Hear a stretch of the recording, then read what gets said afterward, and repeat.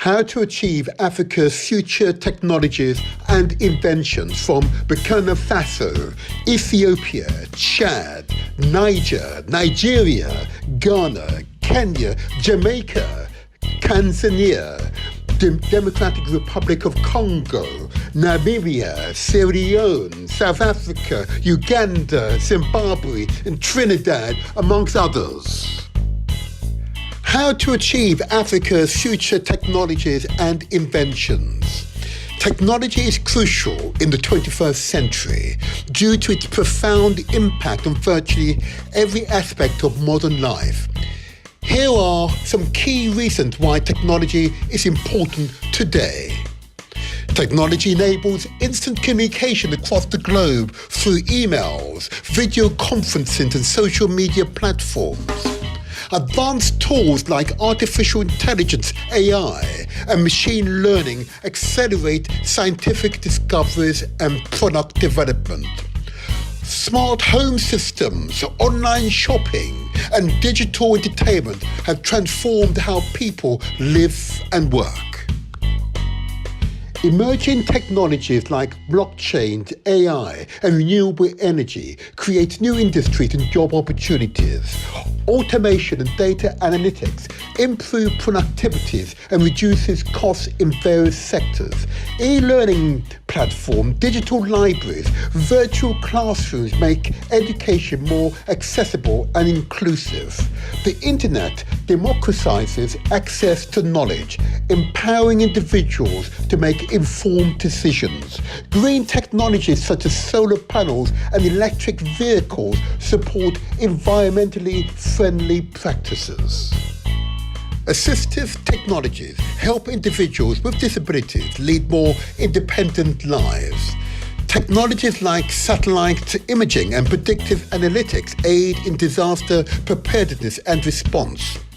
Advancement in technology are enabling humanity to explore and potentially colonize other planets.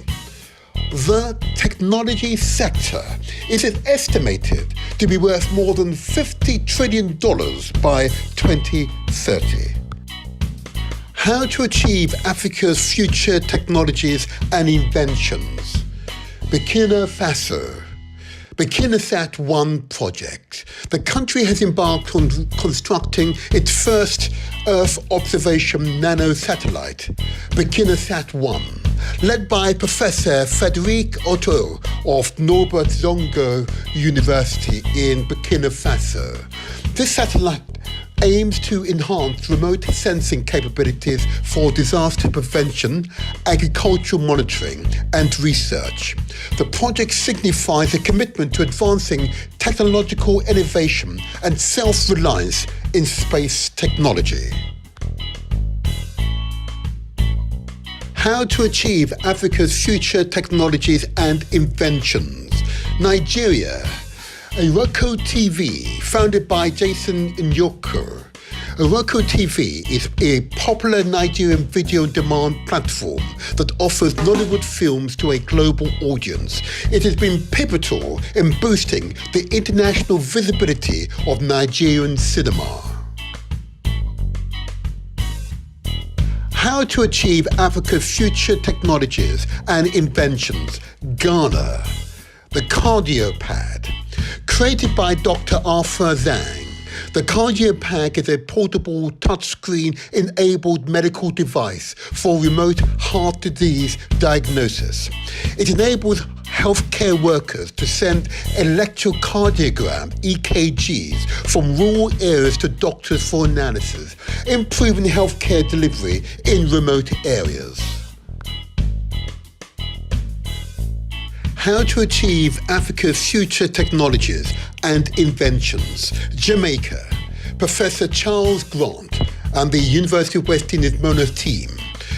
Amidst the COVID-19 pandemic, Jamaican engineers and scientists at the University of West Indies, led by Professor Grant, developed a low-cost ventilator to assist in respiratory care for patients. Busybody CIC. Emily Mendes is a UK-based project management expert and entrepreneur. She's passionate about culture, new technologies, and what both these things can bring to people's lives. One of her aims is to always ensure Busybodies engages young, bright minds with innovative activities, with options and opportunities to attend exciting, groundbreaking events. As a CIC that works with children aged between 6 and 16 and young adults who would otherwise have minimal access to digital technology and creative learning outside their school education, the organisation aims to facilitate social inclusion in a multicultural society through visual arts and digital texts. Emily sees exciting times ahead where science, technology, engineering, art and math education and 3D tech innovation means you can choose to be who you want to be and gain a bright new future. Busybodies CIC, Emily Mendy, founder and chief executive. African proverb: it takes a village to raise a child. Now listen to our children speaking their truth. From sketching, from designing to making, this is my robot lamp. No matter what your gender is, your ethnicity, your background, you just feel like you're equal. Do what you want to do, don't do what society tells you to do, because you're not gonna feel happy in the world if you do what society tells you to do. And remember just to love yourself. Busybodies CIC to contact Emily Mendy, founder, CEO. Email info@busybodies.co.uk or in the UK call 07445 237 296. International is +44, removing the first zero. If you are a guardian, a parent, a teacher, an educator, reach out to Emily Mendy. If you are a potential student between 6 and 16, reach out to Emily Mendy. Together, we can make the difference. The Motivator Show. The internet's most inspirational podcast. The Motivator Show. The internet's most inspirational podcast. Every Saturday morning from 8 to 10 a.m.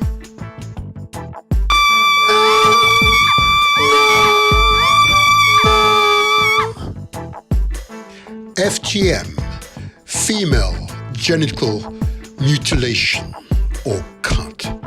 200 million girls and women living today have undergone female genital mutilation or cut.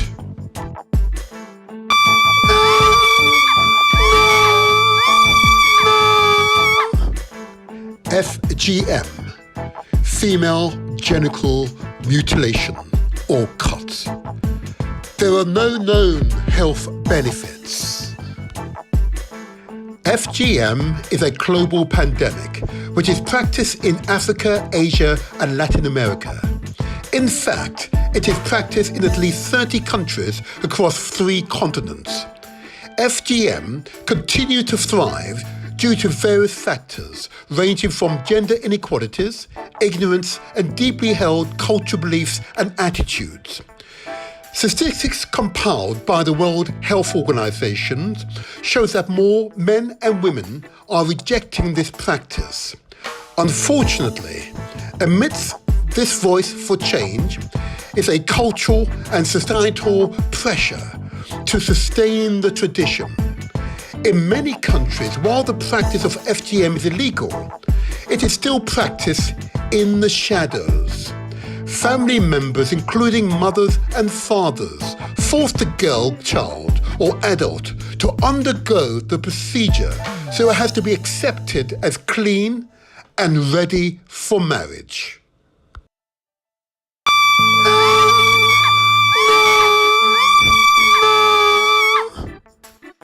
FGM, female genital mutilation or cut. There are no known health benefits. FGM in Africa and Asia is often rooted in cultural, religious and social beliefs. Reasons for performing FGM can include cultural traditions and rites of passage, beliefs about what is considered about proper intimate behaviour, aesthetic reasons, the belief that FGM enhances cleanliness and beauty, myths about female genitalia, example, the belief that the intimate parts will grow if cut, social norms and expectations.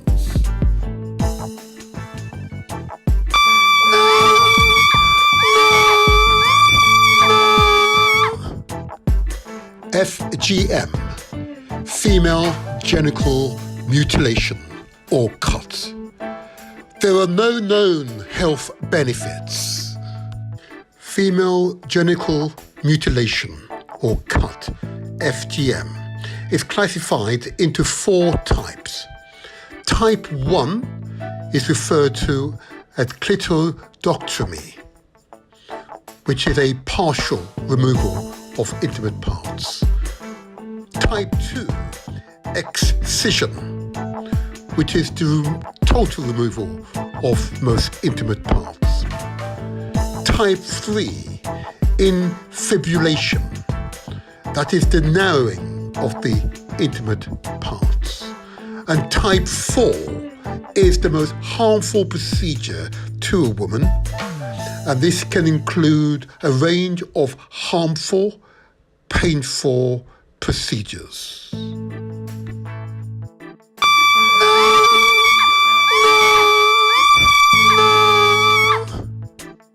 FGM, female genital mutilation or cut. There are no known health benefits. Countries in Africa, despite being illegal, FGM still happens in the shadows.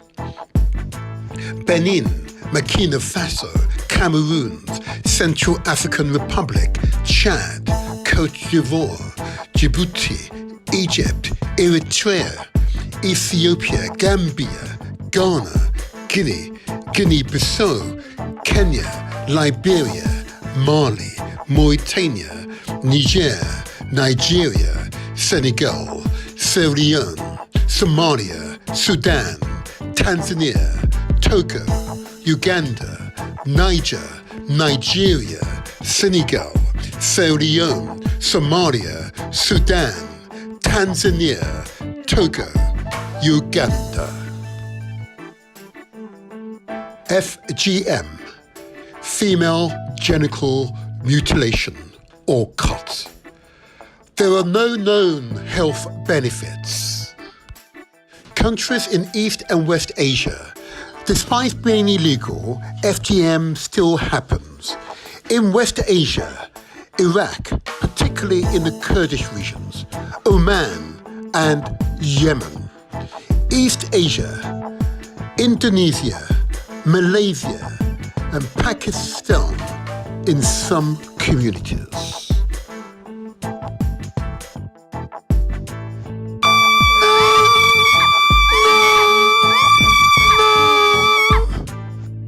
FGM, female genital mutilation or cut. There are no known health benefits. The physical health consequences, despite being illegal, FGM still happens in the shadows. Those health consequences can include severe pain, toxic shock, hemorrhaging or bleeding, tetanus or sepsis, urine retention, open sores in the genital regions, injury to nearby genital tissues, recurrent bladder and urinary tract cyst infertility, an increased risk of childbirth complications and new birth death, the need for later surgery.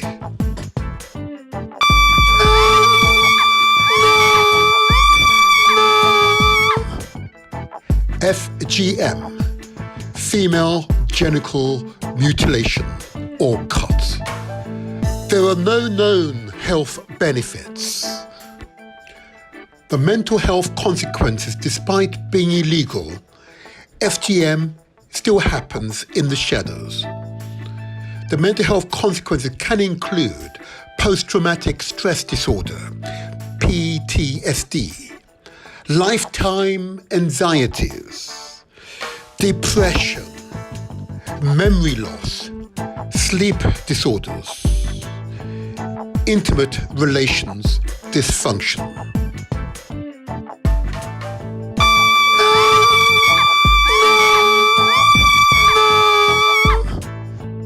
FGM, female genital mutilation or cut. There are no known health benefits. The practice is rooted in gender inequalities, attempt to control female sexuality, religious beliefs and ideas about purity, modesty, and beauty. It is usually initiated and carried out by women who see it as a source of honor and who fear that failing to have their daughters and granddaughters cut would expose the girls to social exclusion. Typically carried out by a traditional cutter using a blade, FGM is conducted from days after birth to puberty and beyond. In half of the countries for which national statistics are available, most girls are cut before the age of 5. Procedures differ according to the country or ethnic group.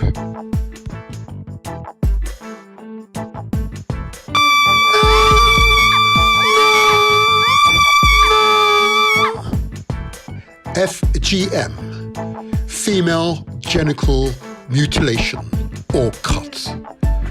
There are no known health benefits. FGM, legal and ethical considerations. FGM is recognized internationally as a violation of the human rights of girls and women. It reflects deep-rooted inequalities between the sexes and constitutes an extreme form of discrimination against women. Many countries have laws against FGM, and international organizations, including the United Nations, have called for its elimination, prevention, and eradication.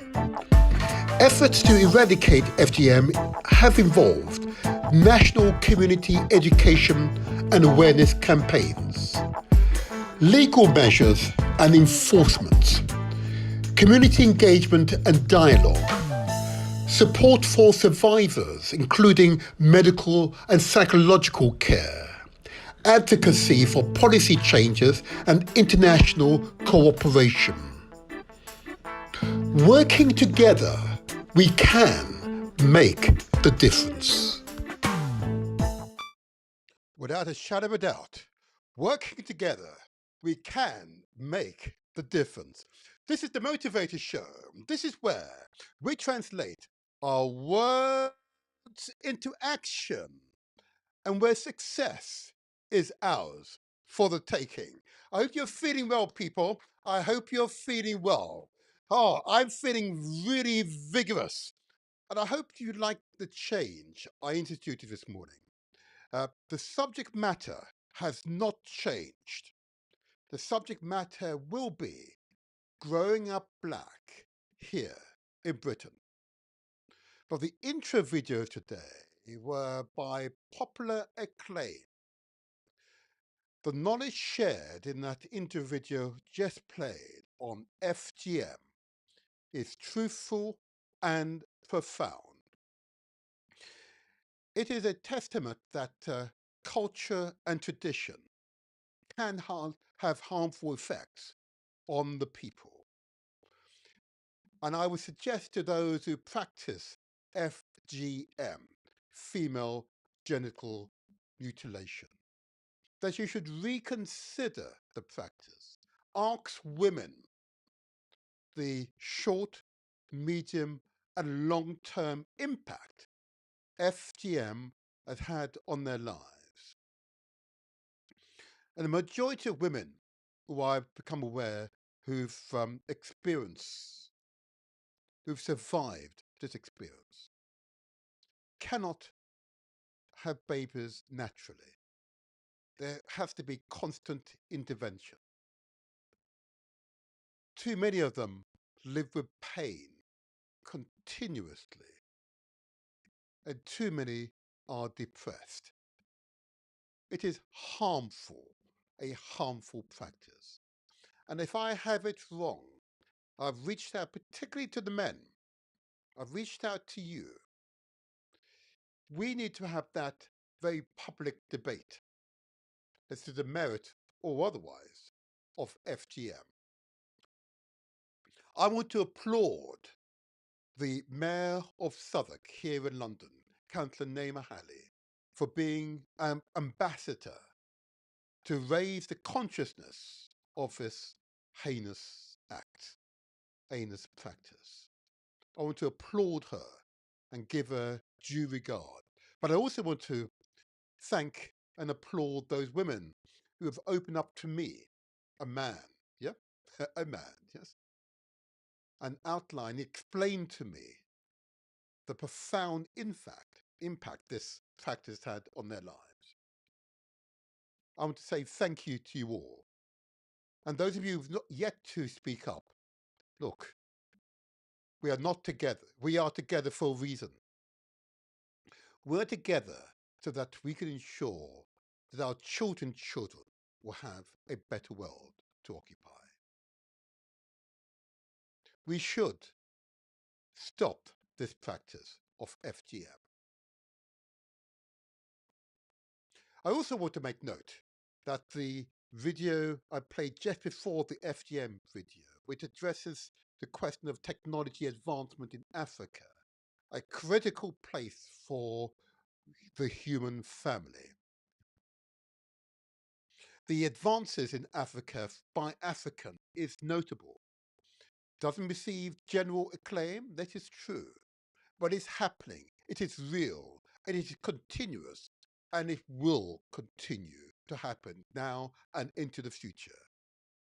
To note the contributions that Africans have made to technological advances that all countries in the world are enjoying is a proud moment for me when I conducted the research, because the propaganda says otherwise. But we are here to defy that propaganda, because this is the Motivator Show. This is where we translate our words into action, and where success is ours for the taking. I know you agree. I know you agree. And I appreciate you. I appreciate it. Now I want to give note to a few of our prior guests. Okay. Here on the Motivator Show, what we seek to do to provide good quality information so that you are better informed, you make good decisions, you're inspired, you are empowered to move forward, both for yourself, your family, your networks, your wider communities. And thereby, we together create a better world, a world in which we all can hold our heads up high and not succumb to negative propaganda. It is a challenge, without a shadow of a doubt, but the Motivator Show is here to do so, to provide good quality information. And if in doubt, ask questions. I say again, if in doubt, ask questions. Now, if you're here for the very first time and you haven't subscribed, I want to encourage you to subscribe. Or at the very least, before leaving this podcast, give us the thumbs up like this. Yeah, give us the thumbs up, just so that the YouTube algorithm recognizes that you've been here and you appreciate the content of this podcast. Okay. Please do so. Please do so. And lastly, before I get to the further contribution, many of you will be aware that an aspect of this show is to promote health, your health and well-being. Mhm. Here, particularly in the African heritage communities, yeah, both here in Europe, the Caribbean, the Americas, and most certainly across the continent of Africa. Okay. Health is indeed our highest wealth. We must take care of our health.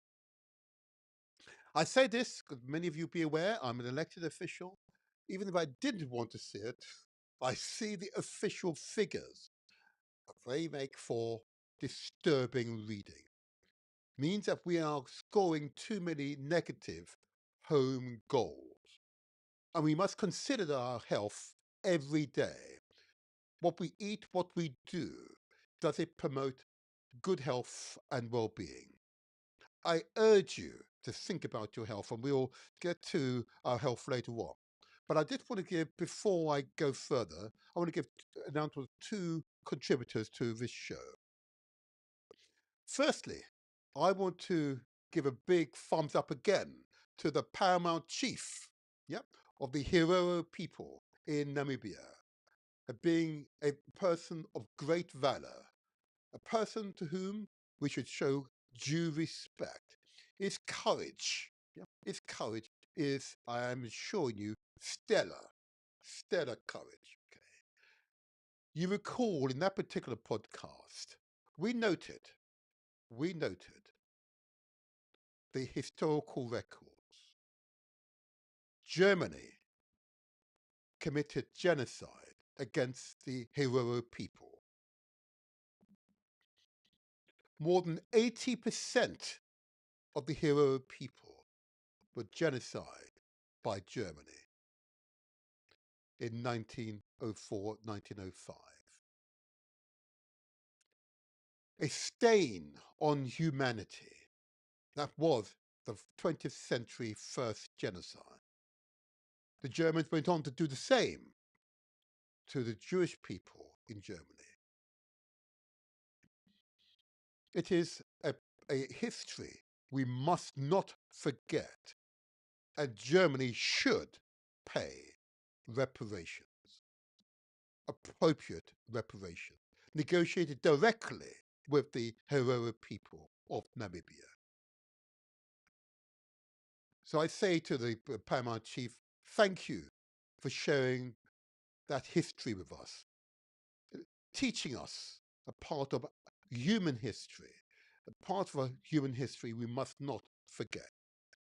And most certainly, restitution to the Herero people is a must. Well done, sir. Well done, sir. Well done, sir. And my other guest I want to give light to, and this is an important one. I always consider these moments when I highlight someone's name and I give note to them and why I give note to them. I want to do it again for the subject matter which I've just addressed, and this is no way suggest other contributors or any less. Can come to you at another time. I want to again address the issue of female genital mutilation, FGM. Okay. Again, note the Mayor of Southwark, Councillor Naima Ali, and her courage.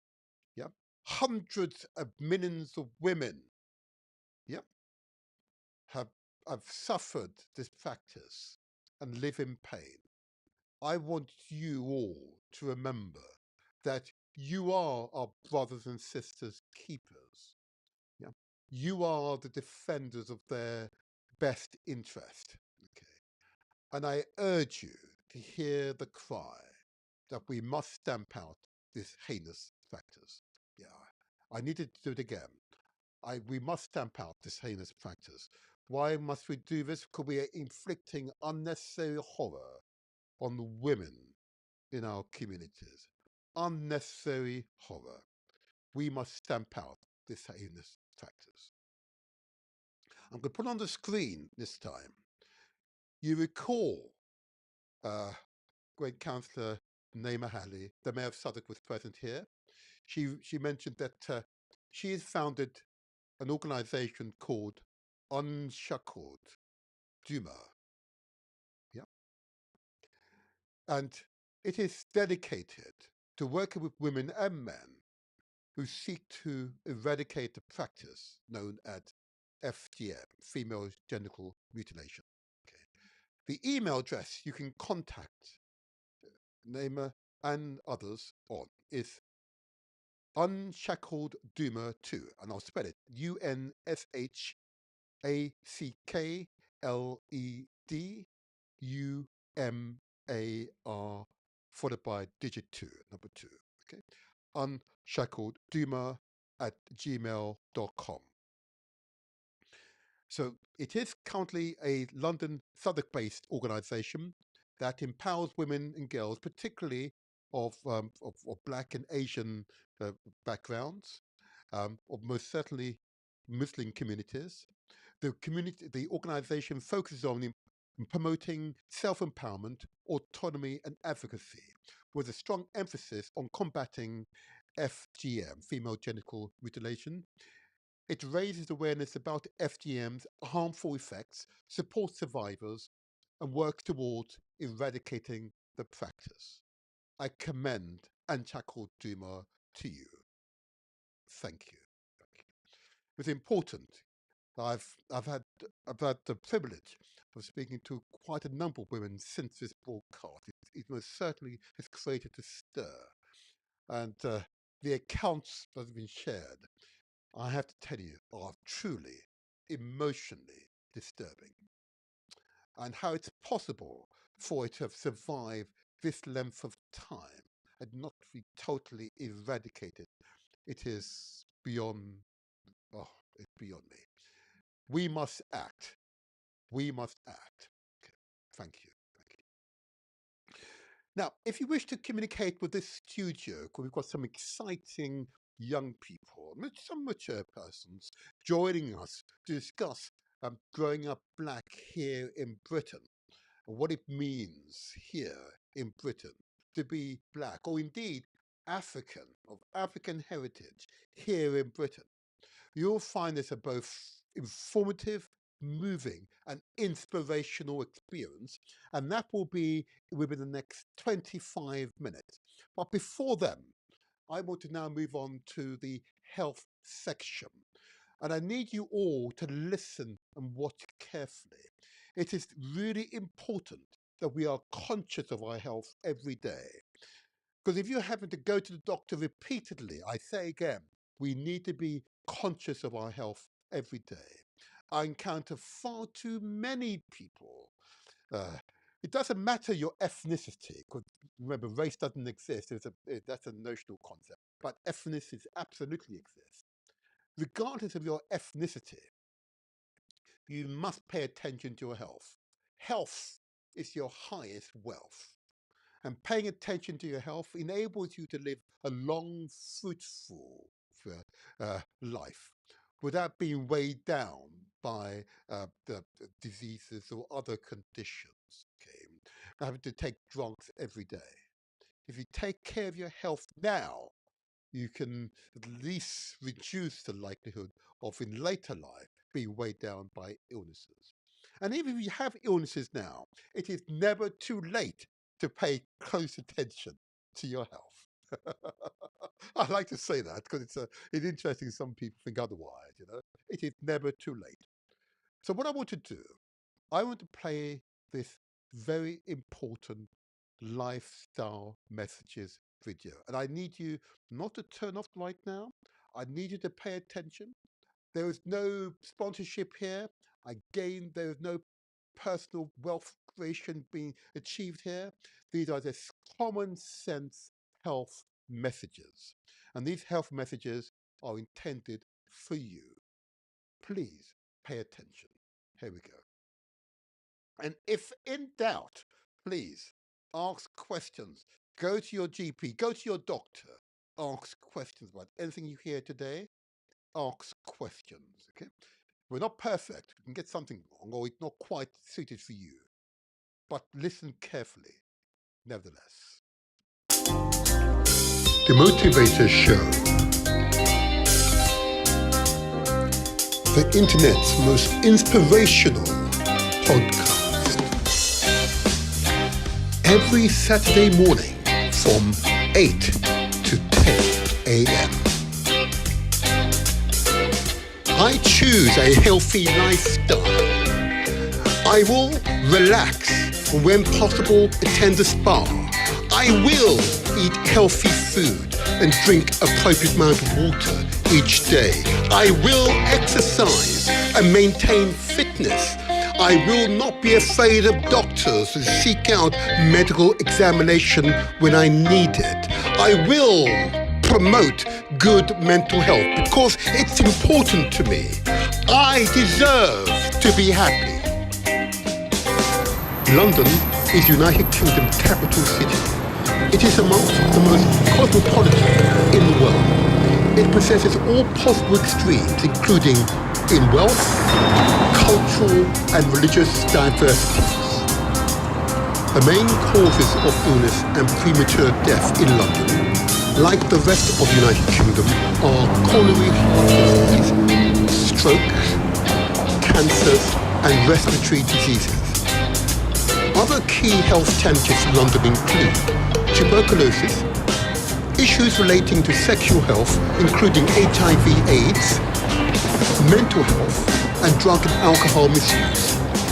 It is likely that these issues and diabetes and obesity will continue to be priorities over the next 10 years.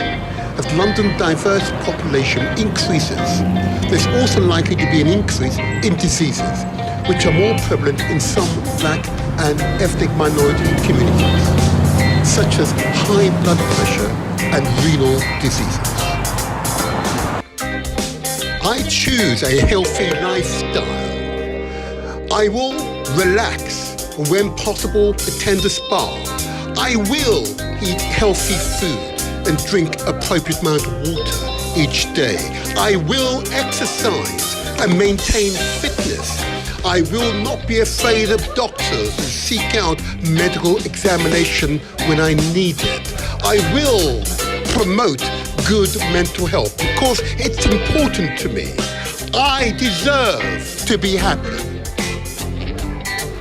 London currently has high levels of health inequalities with unacceptable variations in infant mortality and life expectancy across the capital.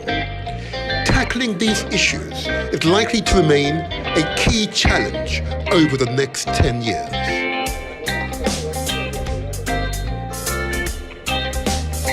London is United Kingdom's capital city. It is amongst the most cosmopolitan in the world. It possesses all possible extremes, including in wealth, cultural and religious diversities. The causes of health inequalities are similar to those that determine health in general, including, for example, housing conditions, employment opportunities, environmental factors such as pollution, the amount of exercise undertaken, one's diet and smoking, and access to health services. I choose a healthy lifestyle. I will relax and when possible attend the spa. I will eat healthy food and drink appropriate amount of water each day. I will exercise and maintain fitness. I will not be afraid of doctors and seek out medical examination when I need it. I will promote good mental health because it's important to me. I deserve to be happy. Public health priorities. Life expectancy is stalling and health inequalities are widening. After a century of increases, the decades prior to COVID-19 pandemic saw improvement in life expectancy amongst the UK population stall. For some, these improvements went into reverse. Between 2010 and 2012 and 2016 and 2018, life expectancy among women living in the most deprived 10% of areas of England fell with the largest increases in the North East. The diseases now most prevalent within the communities include diabetes, high blood pressure, heart conditions, cardiovascular diseases, lung diseases, cancers, and obesity.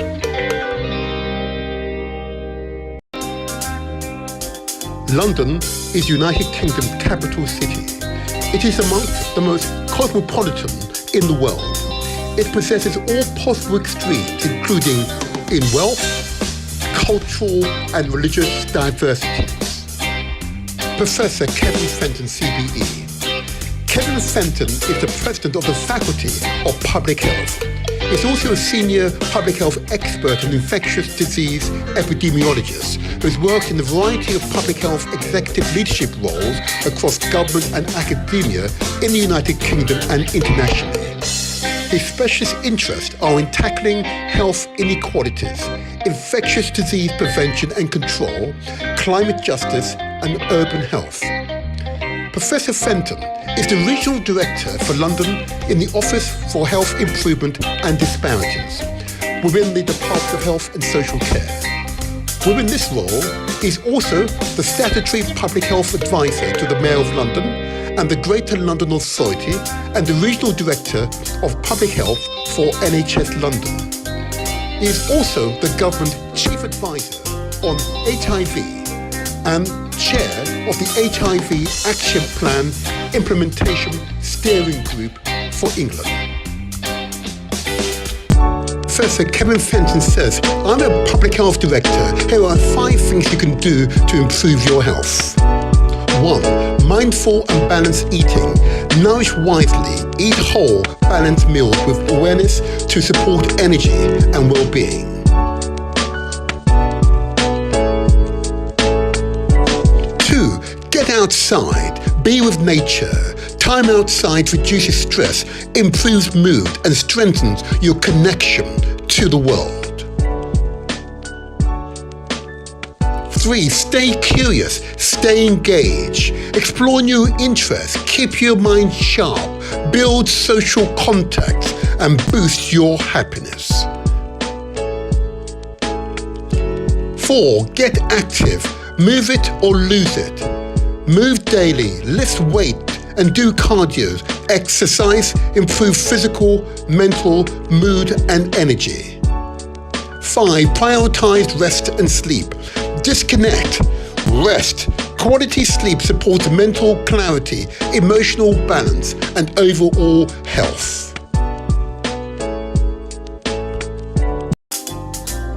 I choose a healthy lifestyle. I will relax, and when possible, attend a spa. I will eat healthy food and drink appropriate amount of water each day. I will exercise and maintain fitness. I will not be afraid of doctors and seek out medical examination when I need it. I will promote good mental health because it's important to me. I deserve to be happy. Traditional medicine. There you go. You deserve to be happy. I hope those messages receive you well. Those messages are serious messages. Those messages are for you, for your loved ones, for your families, for your networks. It is essential we pay attention to our health. And what I'm heartened by, since sharing these messages with you, are the hundreds, forgive me, the thousands of people who have written and have acclaimed that they're now taking their health seriously. They understand that they are in control of their health and they've taken positive actions. And what I'm heartened by, that close by where I am, there's increasing groundswell of opinion that we must exercise, think carefully about the food we are consuming. Why am I going on about this? Because it saves lives. It's improved lives. You will feel better.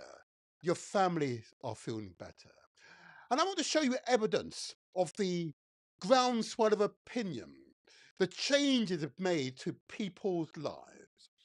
I'm going to share with you evidence of local people, not within a mile or two where I reside, who've come together in common aim and common purpose. They call themselves a countdown organization.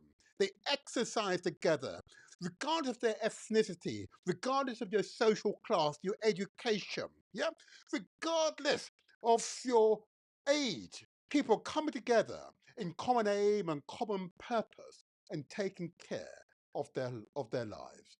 Watch this video. These are ordinary people who've made a decision to change their health outlook. Watch and learn. Cheese. Famous. Hello, hello, hello, hello, hello, hello, hello. Oh yes.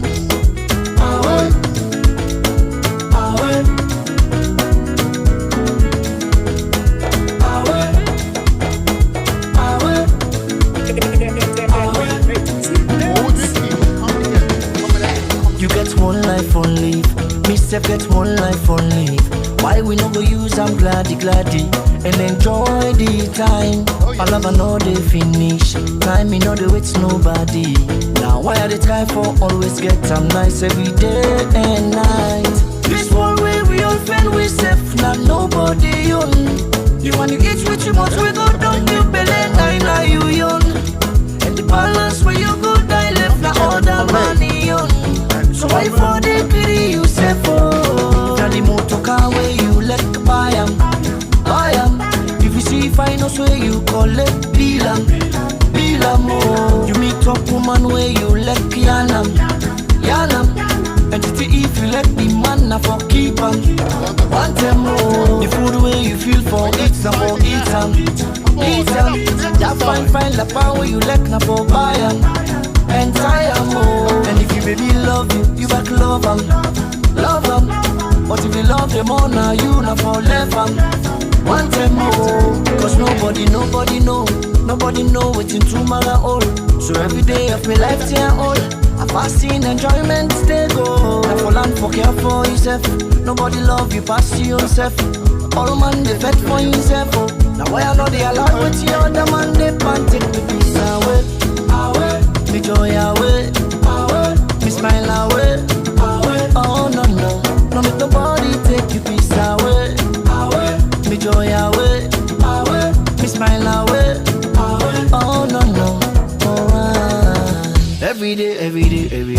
I see they also they work for the pay. They like na boku on a small you the cage. Land for the loose body 110. No to money, no to gently. No money make motor man and brother. As long as you get waiting you they eat. Land for the loose body 110. This one way we all fend we safe. Now nobody own. You want to eat with you much we go down you belly now you young. And the balance where you go die left now all the money on. So why for the pity you say for? Now the motor car where you let buy 'em. If you see finance where you call it bill 'em, oh. You meet up woman where you let yanam. And if you let the man na for keep 'em. Want them more. The food where you feel for eat some for eat 'em. That fine la power where you let na for buy 'em. And tie 'em more. And if you baby love you back love 'em. But if you love them all now you na for left 'em. Want them more. Cause nobody know waiting tomorrow all. So every day of my life till all I fasting enjoyment stay go. Now for land for care for yourself. Nobody love you pass yourself. All man they fed for himself. Oh. Now why I know they allowed with the other man they pan take me peace away. Me joy away. Me smile away. Oh no make nobody take you peace away. Me joy away. Me smile away. Oh no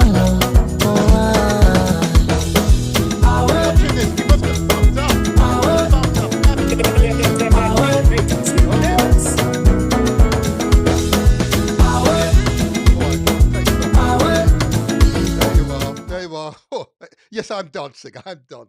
Oh yes, your health is your highest wealth. I just wanted to spend a few minutes on this because it's such an important subject. During this past few days, a number of people have died. I'm reminded that your health is your wealth. died before their time. They died before their time. It is avoidable. It is within our gift, our power to change our health outlook. But we have to make that decision, to take that decision that we will attend to our health. Pay attention to it. All righty. Now, I should just say that if you're in South London, if you and you wish to join that particular group, the countdown group, okay, let me if I can find the details for you very quickly. I would commend them to you, and if you can reach out, if you can join them in their exercise sessions, it's free at the point of use. Okay, they're there on both Mondays and Wednesdays. In fact, let me put on the screen. There you go.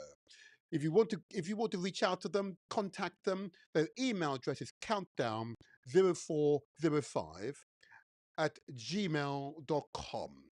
They meet every Monday and now every Wednesday from 6:30 to 8 p.m. It's 12 Tatum Street, Tatum Street. That's in Woolworth here in London, if you're in London.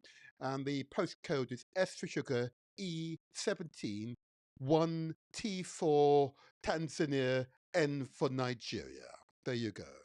Yeah, reach out to them. Why not try it out? Go along and watch ordinary people who've come together, recognizing that health is indeed your highest wealth. In fact, I'm going to give them a clap. I'm going to give you all a clap that makes the decision.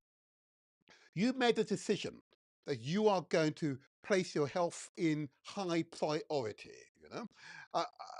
I say again, I meet far too many people who do not do so, and as a consequence, they suffer. So I'm going to give you a long applause.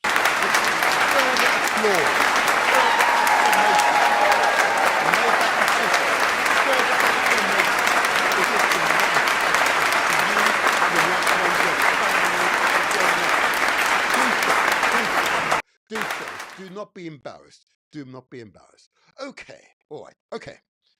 Enough of my health announcement.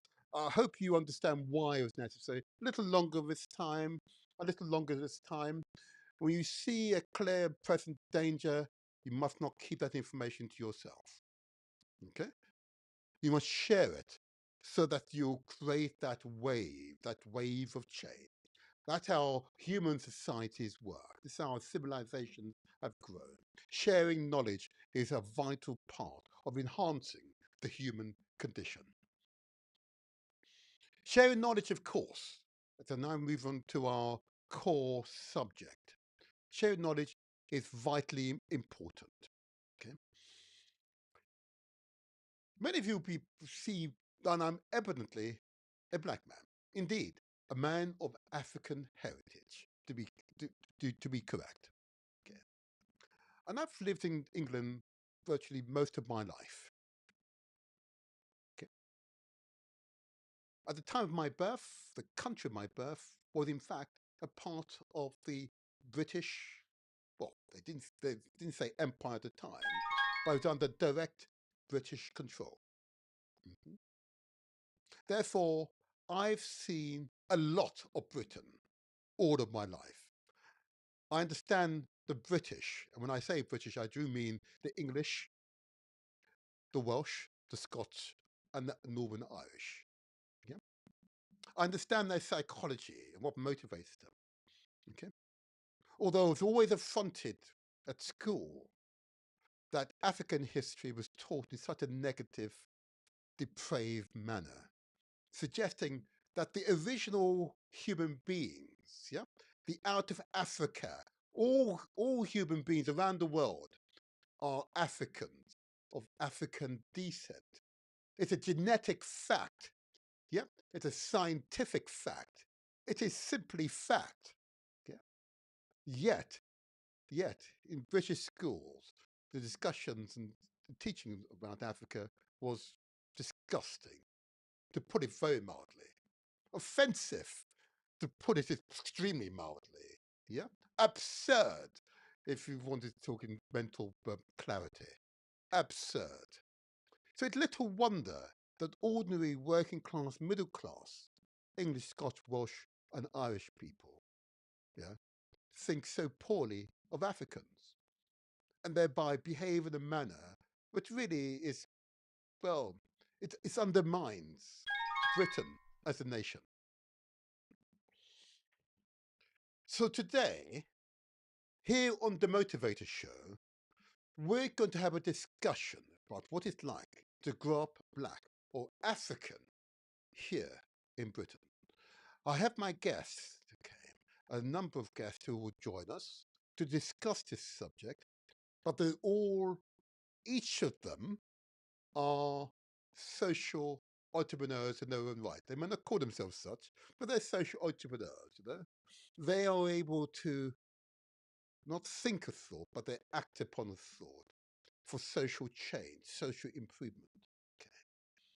And in this case, it's what is it like to grow up black or African here in Britain, where the aristocracy control the masses by providing highly restricted information about great peoples of the world. Because the same applies to China and India. Mm-hmm. So as a result, there are many ordinary, working class, middle class, English, Scotch, Welsh and Irish people here in Britain who do not have a high opinion of people of African descent. So it's little wonder, it is little wonder that there is a problem. It's little wonder, little wonder. So what I'm going to do now, I'm going to bring my guest into the studio and we're going to start this debate. What is it like to be black or African here in Britain? So let's bring you all in. Let's bring you all in now. Let's see if I can start with my first guest. See if my first guest can come in. Let's bring them all into my green room. I believe it's happening now. I believe it's now beginning to happen. I'll bring my other guest into the other room. Got a handsome young man on the screen. That's good. We'll get to him in a second. Let's do this next one over here. Got that perfectly lined up. And my third one, let's see if this works as well. Bring my third guest in. Let me try this one here. Perfect. Hello. It'll work. Excellent, excellent. And Morning. my other guest who, oh Good gosh, I'll morning. tell you, my other guest is always going to be late to scene, but never mind, never mind. African time, I note, is the most precise time in the world. Forgive me, people from Switzerland. It's the African time, that's the precise time. Anyway, let's get this panel discussion on the way. Others will join us, I'm sure, but it doesn't matter. Let's proceed, shall we? Let's proceed. First of all, I'll say to my audience, we've got three handsome young men, okay, who are here to share their stories, both their personal testimony and, of course, their work within the communities. Okay. So what I'm going to do first of all, I'm going to go around my screen as I see them. Okay, and the first person I'm going to ask, if I can ask Toby to introduce himself, and I'm going to ask you just to say your name, the organisation. Okay, and Toby, I'm going to throw a little fly in the ointment. I'm going to ask you to share with the audience who most inspired you, or what event most inspired you. So name, organisation, and just tell us who inspired or event inspired you. Go ahead. Awesome. Great question. So good to be here. Good to see everyone. Awesome guests who are with me. Thank you so much, Councillor Martin Seaton, for having me. So my name is Toby Sanusi. I am the organization that I lead is an incredible, flourishing young adults church called Alive Church in Southeast London. And the question you threw at me, who inspires me, what event inspires me? I'll say two very quickly. First and foremost, who inspires me? I would say my dad. I'm one of the privileged young people that got to grow up with a present father, you know, and he was so present in our lives, you know, helped us so much.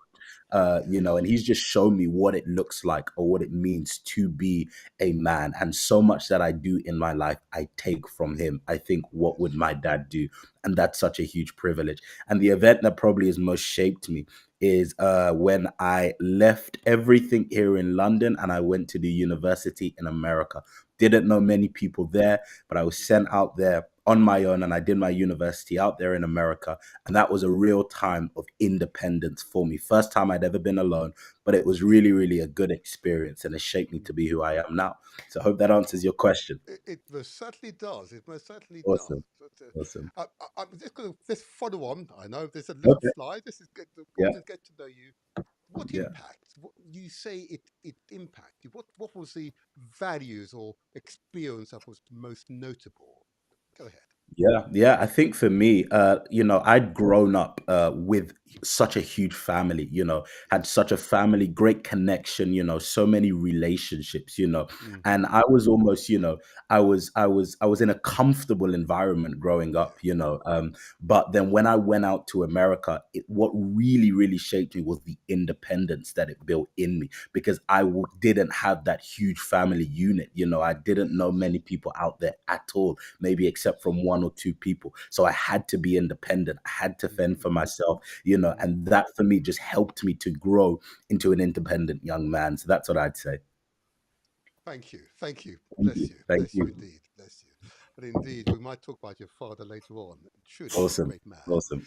Okay. Can I now go to, let's see now. Oh, yeah, I'll go to you, Daniel, next. Okay.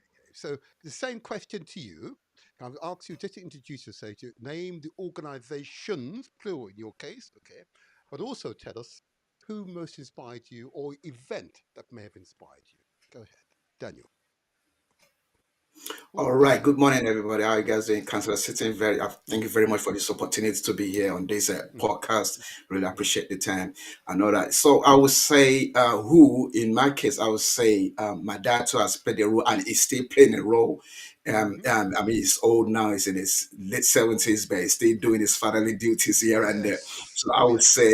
I would say it's inspired me a lot. I grew up in a house, in a big house, where with four siblings, and every now and then during summer holidays, you see all the cousins from nowhere coming into play. So the house is full of people. So, and he'll be Mm, watching, and every now and then we call and say, "You don't do that. You don't treat people that way. You don't say this. You don't." right. So, and that has built me up over the years.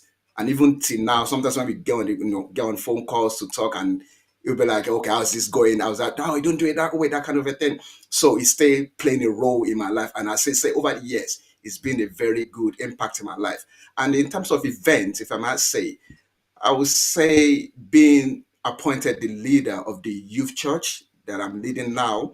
Good. And speaking of leading, I'm leading church now. By the grace of God, I'm the lead pastor for the youth church, which is Hmm. the youth aspect of Vitrals London and all that. So, and then in this space, we by the grace of God, we mentor young people from the age of 13 and above. We mentor them and Hmm. then give them some sense of responsibility, teach them what leadership is all about, and a lot of things as well. So, in We're terms going of to get onto events, that. Yeah, we're going to get onto that. But thanks. just going back to your father, so Yeah. who's present in your life. So, is there a saying or an action that you can recall your father that was most notable, that made the greatest impression upon you?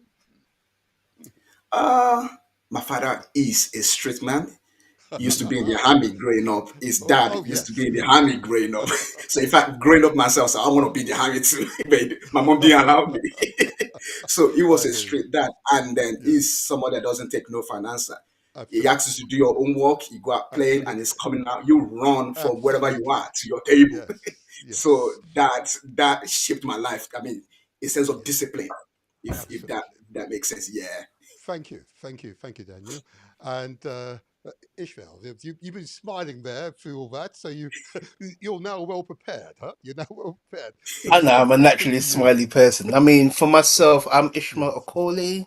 Hmm. I am a youth engagement worker, currently work in South London, primarily Croydon. I work with a number of different organisations that I partner with. So obviously there's the BME Forum, which I do a wellbeing group primarily Hmm. geared towards young people from the ages of 11 to 18. Yes. I'm currently in the process of working with a few partners to do a Black Men Support Group. So that would Hmm. also be working for the Wellness Centre. And then I run the Croydon Youth Assembly, which is like an informal youth parliament, as well as a variety of other projects. Brilliant. Brilliant. Brilliant. And you, And Yes, go ahead. Yeah, so who So I'm made the going to most go impression into on you? my inspirations. Yes, yes. Okay, inspirations. I mean, I have more than one, but primarily it's going to be my mother. Obviously, it was growing up. I was a single mother family, so Yes. she's really thrived and strived to sort of support me raising a young man. So yeah, that was a really great job. I'll go Yes. with my maternal grandfather. So even though I didn't have a direct father, I still had male figures around in my life because I had my grandfather. I had uncles on my mother's side as well as an uncle on my father's side who were Mm. sort of around like growing up within my life. And then I'm gonna go out the box. Someone that I've never personally met but has always been a great inspiration is a man called Dr. Claude Anderson, Oh who yes, yes. yeah, so when I think first read the book Powernomics, that sort of really played a big impact in my life. So yeah, so those would be my three main inspirations. Powerful, powerful. If I may just follow up on the Claude Anderson, 'cause that's an important one. That's a very important one. What moved you about that particular him as a person and that particular book? What was specifically about that was inspirational for you? For me, it was really strategic because one of the things I find as the black community, I mean, Mm, obviously, in my personal experience, I can't speak for the whole diaspora or those from the motherland. It was the fact that we sort of always looking at the issues without offering any solutions. So with mm, Powernomics, it basically breaks down step by well step said. solutions. And yeah, so that's one of the things I've sort of even though yes, I'm a big advocate for Black History Month, I've always said, well, we need to start looking towards the future as opposed to just looking towards the past, because the past, yes, is good to have strong roots, but the past is something that you can't actually change, where you Yes. can have a great impact in the future. Yes. Mm, Well, it's good. well said. That's Yeah. why the Motivators show exists. So here, my persona is the motivator. Just for the record, people. So I'm the motivator. Here we provide good quality information, so you're better informed. You make good decisions, and those decisions should both be for your good, your family's good, indeed your wider community's good. And in doing so, we reshape the world. Yeah, in the vision of those we most respect. Okay, let's have this discussion. What is it like being black here in Britain, or indeed African here in Britain? Now, and note I'm struggling with black and African because that again is part of the problem. Okay, part of the problem, isn't it? Yeah, Mm, identity. Identity is big. It is big because we are actually African. It's plainly mm, obvious I was African. And those who were born in Africa would not know, and I was not actually born in Africa. I was actually born in the Caribbean, unless I tell you so. Yeah. And I've had my genetics reviewed, and I'm 99 point whatever percent it is from Benin. Can you imagine? You know, we're Okay. here. Yeah, there you are. And when I think of my father, yep, very similar as well. So it's quite clear that it's within us is Africa. Okay, we are all African. So, question of mm. identity we're going to get on to later on, but I wanted to share that with you to set the tone for our discussion. Yeah. So, what I want to do now is begin to analyze how you interact with the wider community, but most certainly with males, both young boys and indeed young adults. And do you want to first of all identify who does what? First of all, if I can start again with you, Toby. Yeah. Now began to describe some of your work with um, males, but just give us the age group and why that particular age group that you specialize in at the moment. Go Yeah. ahead. Yeah. Good question. Thank you for asking that. So our specific age group is quite a broad one. It's 18 to 35. That's what we go for. That's what we say. But of course, Very we're welcome broad. to anybody that might want to come in. So we're 18 to 35. And the reason we kind of went, or that was our first initial thought when it came to the age group that we're targeting, is because we didn't want there to be that gray area of people who are not teenagers, so they're older than teenagers, and people who are maybe full-fledged adults. Those most would say a 35-year-old probably is a full-fledged adult, but I'm speaking about people who are maybe above the age of 50. And we found that in our church community, before a live church was a thing, there was a gray area, and we had many 18 to 35-year-olds leaving the community, leaving the church, not really feeling like they really had a place because it was so broad. After 18, everybody else from 18 to 100 years old would be fit in the same group. And that for us was just too big of a spectrum. So we wanted to break it down and find the niche, 18 to 35-year-olds. And we refer to them as young adults. So those are the people who we are specifically targeting. Yeah. Okay. If I may, Yeah. 18 and 35, I recall, I Yeah. can recall being 18. I can equally Yeah. recall being 35, but it's also a long Yeah. time ago. Yeah. They're very different stages in lives. Do Absolutely. they comfortably occupy the same space, Yeah. please, Yeah. Toby? Mhm. Yeah, great question. I think for us, so what we do, yes, on a Sunday is a big gathering together. 18 to 35-year-olds are together. And of course, in that, 2-hour service, we will accommodate all of those people. But mainly what we do is not on a Sunday. It's the behind the scenes. It's the small Exactly. groups that we do. And in that, we will break them down. So 18-year-olds, for example, will have a specific small group. 35-year-olds would have a specific small group. And we break them down into those different categories because, like you said, they're experiencing different things, right? We're not necessarily talking to an 18-year-old about maybe their fourth career choice, where we might be speaking to a 35-year-old about that. So we break them up into small groups. So though our Sunday gathering is a big gathering together, but during the week, we're in small groups attending to each group's specific needs. Okay. Thank you. Thank you for that clarification. I Yeah, will return to you, as you know. no Can worries. I? Okay, let's go to Daniel again. The age group that you specialize in and why? All right, so the age group that we deal with is from 13 up to 18, and the reason why we deal with this is just as Toby said as well. We're just like preparing them for what's to Mm-hmm. come. I mean, as you know, teenagers these days, a 13-year-old these days, they know a lot and they do a lot. So at the Dream Church, we give them a sense of responsibility, teach them about leadership, teach them about identity, Mm-hmm. relationships, all this stuff. That's why. So to prepare them for what's to come. So when they grow up to be like 18, 19, and they go off to uni, they know what it's all about. They know what they are there for. Or if they go to a life church now, because we're like it's a family church, so they go there now, they know what they are fitting in to do. So that's the reason why we create that group. I mean, from 13, they say, "Oh, I'm a teenager now. I'm a teenager now, so I can do this, I can do that." But yeah, you can do everything you want, but then there are some guidelines you need to follow. So that's why we put those together, and then that's why we create a platform for them to be who they want to be, and then of course we guide them along as well. If I just ask just a quick follow-up on this, I'm very sensitive to the fact that highly motivated boys will, of course, respond to your leadership. Okay. What about those boys who are experiencing emotional difficulty either at home or in school? Are they attracted, or are you able to keep them within your group, or do you simply take whoever comes?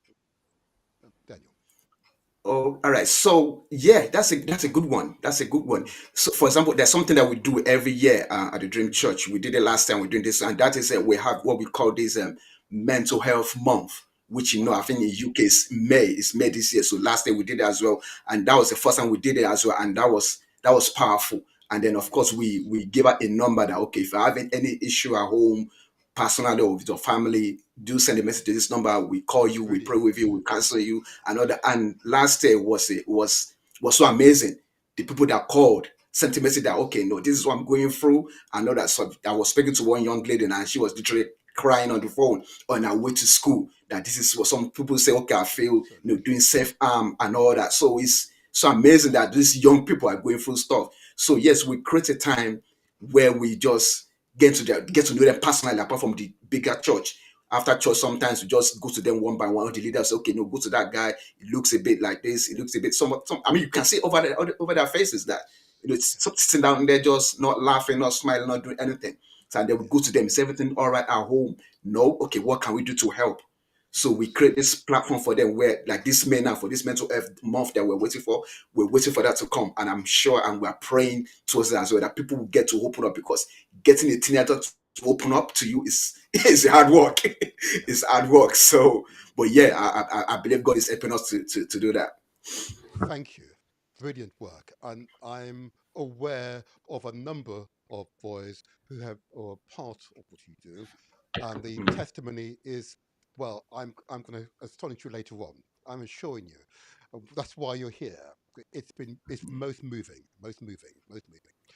Anyway, if I now go to Ishmael, again, the age groups, because you've mentioned a number of organisations, I suspect they've been much broader spectrum, but just give us some idea Yes. of how you serve the various age groups in your organisations. Yeah.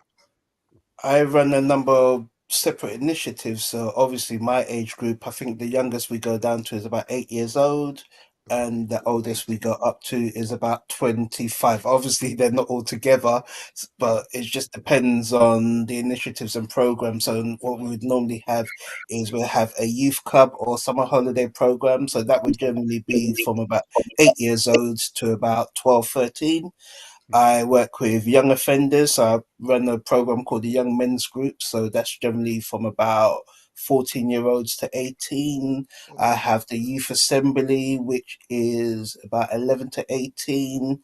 Yeah, so I mean, and that's just some of the programs. So I'm just giving you the ones that are my Okay. primary focuses. I run music clubs and quite a few other things. So it Mhm. generally does depend. So with the over 18s, normally that would be more career driven. So we do like offer work experience, get them into Mhm. paid work. So yeah, Mhm. it's just, and that one would be generally from about 18 going up to about 25. So we take young men or women as well, but primarily a lot more young men you tend to find that we're supporting and try to either get them work experience or get them into paid work or or support them to applying for apprenticeships. And yeah, so it just varies on the project is has an impact on what age group we target. Thank you. And two quick follow-up question. That's brilliant. Actually, brilliant work. Um, One of the stimulus behind this particular podcast is that I received a complaint for a young man who had been in prison. He was only 17. And he complained that there was no support available for young men like him. He lives in South London, not too far from yourself, Toby, Daniel, not too far. Or in fact, from each one of you, not very far. But he was totally unaware.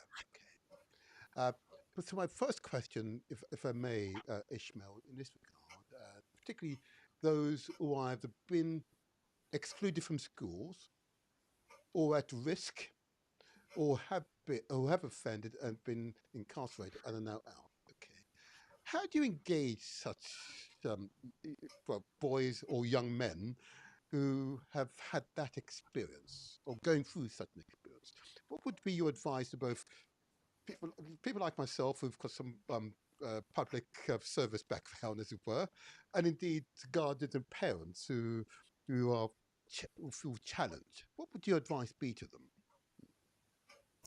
Build a relationship based on listening because a lot of time Okay. majority of that cohort, yes, they don't open up. I mean, you can have general conversations, Mm. throwing that odd random dad joke that no young person ever finds funny, but it is a lot of the time is have informal conversations based around their interests. It might take a while, but it's definitely something where you could build a bridge. Once that bridge has been established, then you can start sort of challenging the way they think. So a lot of what I do with especially that cohort of young people is based around critical thinking, getting them to sort of come up with their own answers. So I don't just want to say, okay, you should do this and you need to change your life. It's very much of listening to where they are now, trying to find common ground, and then getting them to challenge their own circumstances by posing questions. Good. thank you, because it's your giving us some idea of the sort of profiles and how you manage them. What about the high flyers, as it were? You mentioned youth parliament and so on. How do they Yes. respond to your work? Yeah, tell us. It's a different kettle of fish. So basically, with Mm, them, very mm, much they have a life plan in place. I've had young people that from a very young age already knew what they wanted to do. I worked with a young man. I think he's now 21 or 22, which I've mm. known him since he was 15. He was actually from South London, managed to get into Cambridge University on a full Oh, scholarship, which was, wonderful, wonderful, That's yeah, good. wonderful. Yes. he's now working in an international organization. I've had a young lady that has traveled overseas to do Mm-hmm. some studying, and very much they tend to either have a life plan or know what their goal is and make it their primary focus. So Mm-hmm. it is a like so it's basically with those young people is just allowing them to have access and giving them support and offering them advice, because they very much will come to you and say, how do I go about this, or how do I do that, or is there any way I could get support? Where the other cohort of young people is very much is they're not sure as much. So it's a Yes. case of just trying to find common ground, whereas the other young Yes. people are very much, whether they're introverts or extroverts, are very confident in saying this is what they want to achieve with their lives and just trying to find the support. So it's just having that information ready for them and Yes. giving them that support network and that family structure to No, encourage their goals and not yes. to lose track. Brilliant. Thank you. And Toby, if I come to you, because this Yeah. is an interesting one. Um, we described the age groups.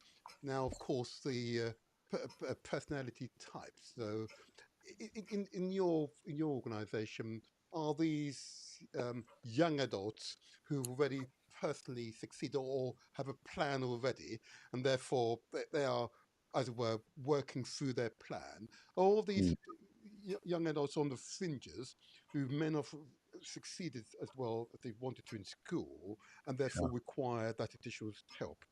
Just yeah. give us some Yeah. idea of your cohort that you Yeah, approach. yeah. So our community is quite diverse in that Indeed. regard. We can have some people who have their life plan, they're doing so well, Mm, succeeding. We have some people who don't know what they're doing, and yes. we try our best to just cater to wherever that person is at life. I don't think, I mean, there are some communities, of course, that will attract, very high achieving people, some that will just Indeed. attract maybe people who aren't achieving. But I think for us, we have the privilege of being quite diverse in that regard. So we get to speak to completely different people, that are in different circumstances of life. And it helps Mhm. us because it challenges us a little bit as leaders on how to actually converse and relate to these different people Mm. in their different circumstances of Mhm. life. But we try our best to be as accommodating to whoever it might be. One thing that we say, a motto that we live by in our community is come as you are. So there's no Absolutely. certain way that you need to come. You don't have to Mm. have achieved this much or completed this or perfected this in your life. We are all about come as you are. And it's not just a cute cliche saying, but we try to live by that. Like genuinely, before you believe in whatever we believe that you belong already. You belong Exactly. here already. And we try to truly adopt that, no matter who it is, no matter what background they're coming from. We want you to feel like you belong in this community, no matter what. So that's what we try our best to facilitate in our community. I'm going to use that phrase. No matter what you believe, we believe that you already belong. Yeah. Very Yep. That's wonderful. it. That's it. Powerful statement. Powerful statement. Can I just Thank follow you. up? Um, in my reality, of course, Yep. depending on where I am in my either my political ward or the wider area, Yep. I come across people with a particular mindset. Okay. Now, just to ask you this question, Yeah. in the main, are you finding that young adults are already well prepared, or are you finding in the main that they actually need the support of Yeah. both those who are more experienced, who can Yeah. provide some mentorship Yeah. and maybe medical advice or Yeah. psychological advice, enable them to survive the trials and tribulations of life? Yeah. Yeah. Yeah, great question. I think, and I think, Daniel and Ishmael could even maybe attest to this as well. I think there's a stigma when it comes to young people, that young people have this idea of we have everything sorted, we know what to do. But I think when you really get into relationship with these young people, you find that they're actually in need of mentorship more than you realize.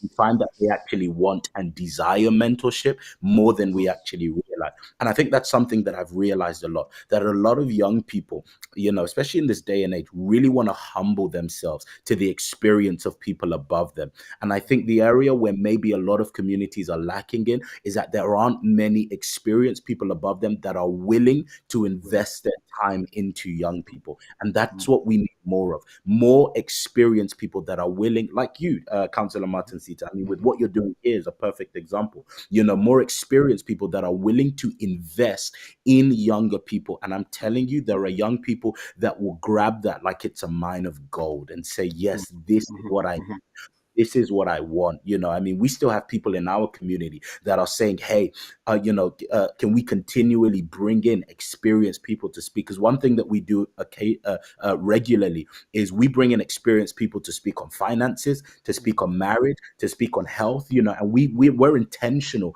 about not just bringing in young people to speak on this, though there are some great young people that can speak on this, but we want to bring in experience, because we believe that one of the great partners of theory is experience. When somebody partners theory and experience, it is so impactful. So young people need this, and they're actually yearning for experienced people to help them in this walk of life. Wonderful, wonderfully said. And yes, it's you mentioned the words in there, Yeah, marriage. Uh, yeah, and I want to pre-qualify by saying relationships and yeah, companionship. Okay. yeah. Uh, is that going out of fashion? Is that do you sense that amongst some younger? There you go. Good Is question. it going out of fashion? Because Good. I worry that Yeah,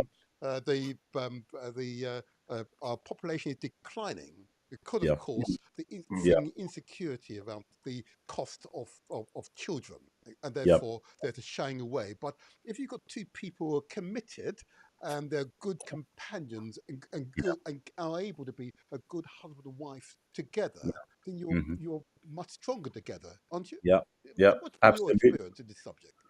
Yeah, I believe that, and I think, Councillor Martin, you're not wrong in saying it looks like it's something that's going out of fashion.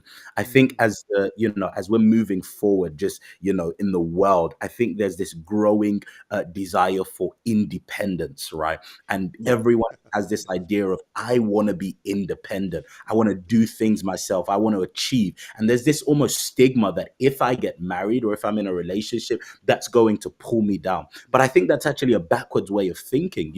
How is it that two people doing something doesn't make it easier to achieve that thing? And I think it's a backwards way of thinking when we think that, oh, if I'm in a relationship, I'm being pulled down. And one thing that we try to encourage our community, of course, we don't force marriage on anyone. We don't force a relationship on anyone, not at all. But we encourage people that, hey, listen, two are better than one. Two are going to get more achieved than one. So we believe in collaboration, we believe in partnership, and of course one of those great institutions are marriage. And I think, unfortunately, negative marriages have been publicized so much, so people have idea, oh, marriage just doesn't really work now. But one of the best things that can happen is a marriage that actually works. Look at what those two people achieve when they are absolutely committed to one another. So in our community, what we're pushing for, we're not forcing just marriages, no, because I mean, destructive marriages cause so much chaos, but we push for healthy marriages. So it's not just, oh, we want to push people to get married. No, we want to push for healthy marriage, because when there is healthy marriage, so much good and so much positivity can come from that. So that means a lot to us in our community.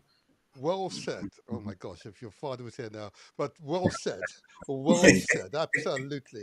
See my heart's going up to you. There's my Yes, heart going up to you. thank Absolutely you, right. Absolutely thank right. you, thank I applaud you. I applaud thank you. And that's good feedback.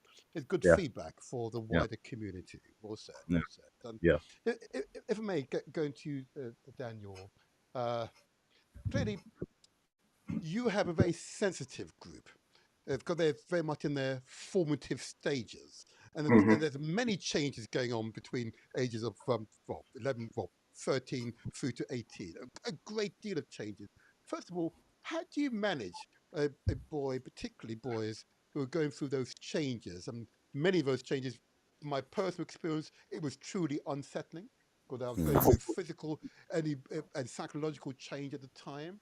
Um, how do you cope when you have a boys from different backgrounds in the same place, and you're now asked to engage them so that they are able to constructively participate in the community that you manage, the wider community you have. How do you engage? First of all, Yeah, techniques. that's Tell me that's a about your big one. techniques. Techniques. That's We a all big need one. techniques. Well, as and funny enough, most I mean, people say that in most churches. I mean, Toby is there. You say Mhm. that ladies are much more than men in the church, but in the dream church, I tell you otherwise. There are more boys than girls. Yeah, I don't know. understood. I don't Yep. know how that comes. And I see that turns out like, how come there's always more boys than girls? So yeah, dealing with them is first of all, I'll say it's hard work, and I thank God for the grace of God as well. But one thing that we do is we have this mentorship program that we do where we just put them apart. Maybe like after Fantastic. maybe on the Sunday service, we put them apart and we say, okay, you know what? Are you doing? What's your plan for this week? What's happening in your life? And but of course, there's a relationship there already. We didn't just call them and say, okay, yeah, tell me what's going on in your life. Of course, there's a relationship going on like every week, every now and then, sending them messages over the week, how are you doing, and all that. And then, of course, they open up. For example, now there was this boy that came, it was his first time. And then he Mhm. was very open, and he just came to us after the service and said, okay, you know what? I need you to pray for me. What is going on? He said, okay, I find myself cheating every time in the exam. And I Okay. said, oh, wow, okay. So, and I said, okay, you know what? Can I have your number? They say he doesn't have his number because they've taken his phone at school because he Mhm. uses his phone to cheat.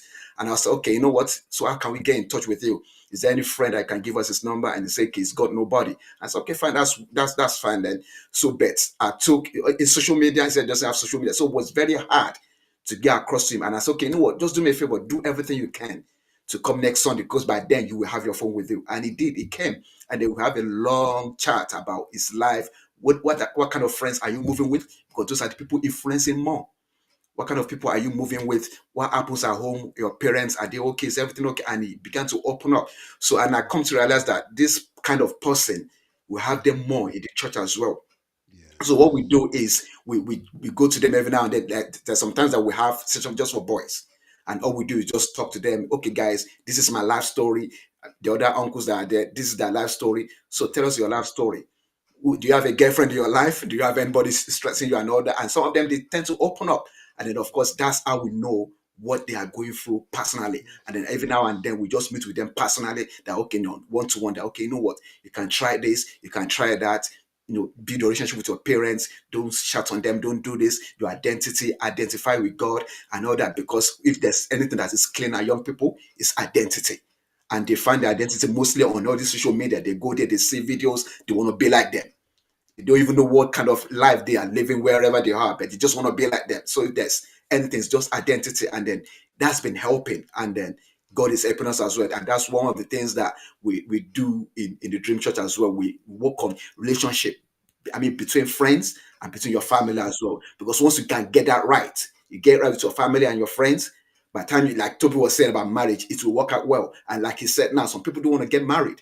Why? Mhm. Because they haven't got that relationship going on. They can't relate. The only thing they have relationship with is their phones. Check it. Right. Everywhere you see them is the phone. On the bus is the phone. On the train, everywhere is the phone. That's their own number one relationship partner. So, and these are the things that we're working on as well. Okay. You make really uh, useful points because one of the stimulus behind this particular podcast, as I said earlier on, are those boys have been disaffected. They're disaffected. uh, They don't believe in education anymore. Okay. Mhm. They're disaffected with their parents, usually single parents. Okay. And they're definitely disaffected with society generally. And there's a feeling in their minds that they will never achieve, and therefore the only life that's open to them is, of course, a criminal life.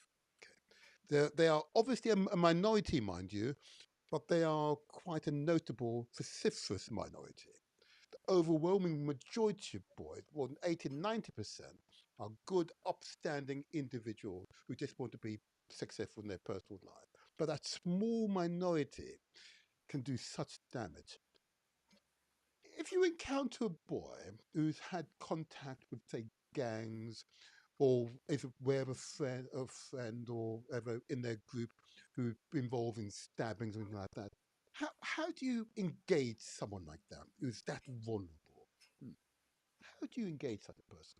I know it's a hard question for you, and I'm putting you on the spot, but it's what I'm showing you the guardians, the guardians of children, the parents of children, and indeed other so-called professionals want to hear your first-hand testimony how we engage our own children, from my age, our own children who are vulnerable and are likely, without our intervention, to fall into a life of despair, gang, and can only lead to, negativity. How do you engage someone like that? It's a big question, I know. All right. So the first thing is we ask them is that I'll ask them is what kind of person do you want to be?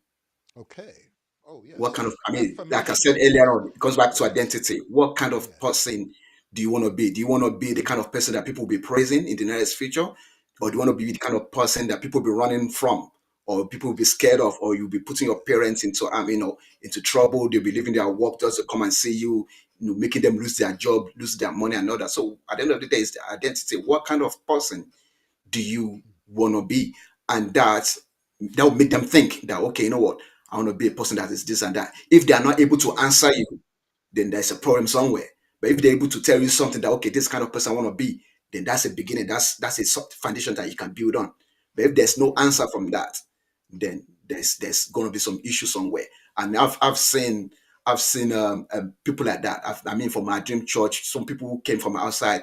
I've seen few of them, and we ask them. Some of them don't come back after hearing the truth. They don't, because sometimes people can't handle the truth. They just go off, and sometimes we call them, they don't pick up. I mean, I've had an encounter with a couple of them before who have been to some bad stuff, and you will recognize them by the way they dress. You come in and you see the way they dress, and you're like, okay, you know what?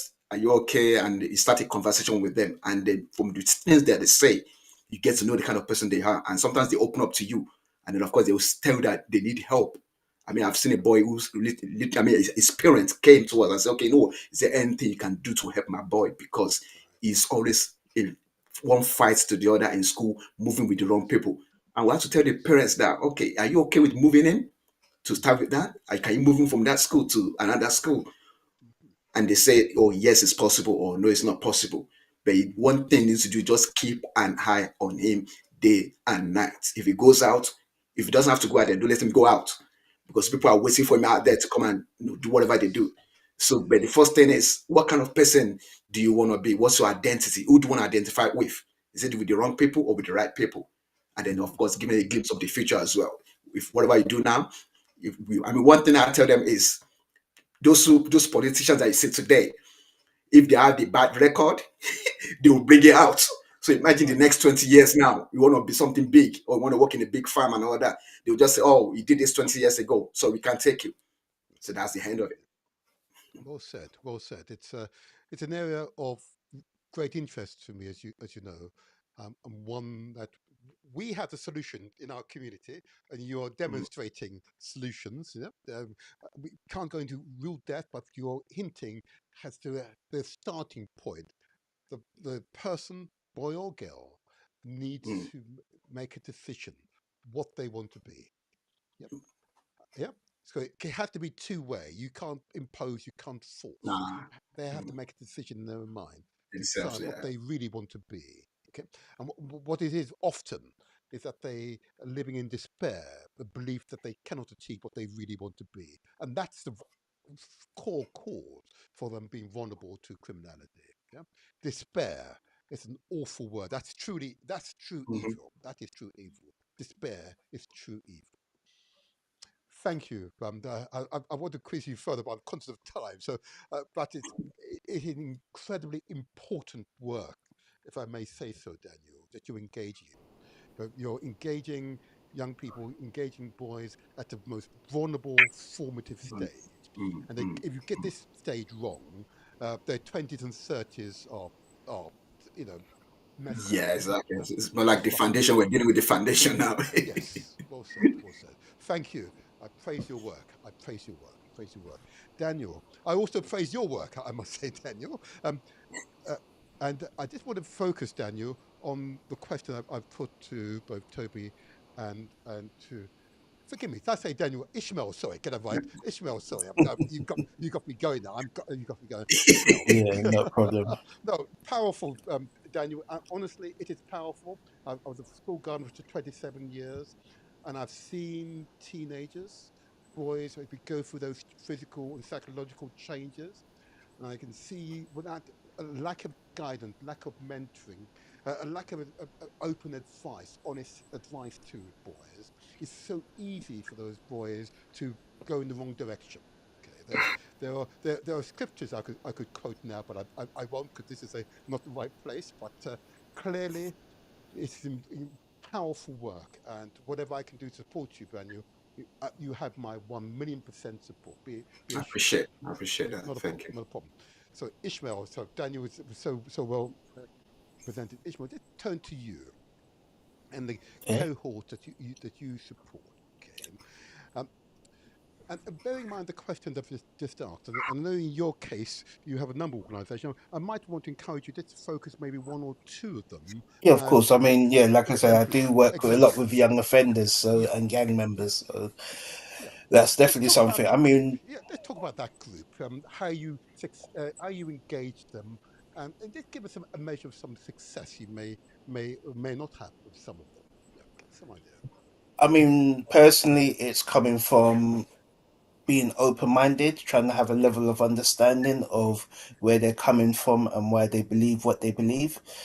I Yes. don't focus so much on drastic changes. I focus mostly on small incremental changes. Okay. So they do little things but constantly keep going.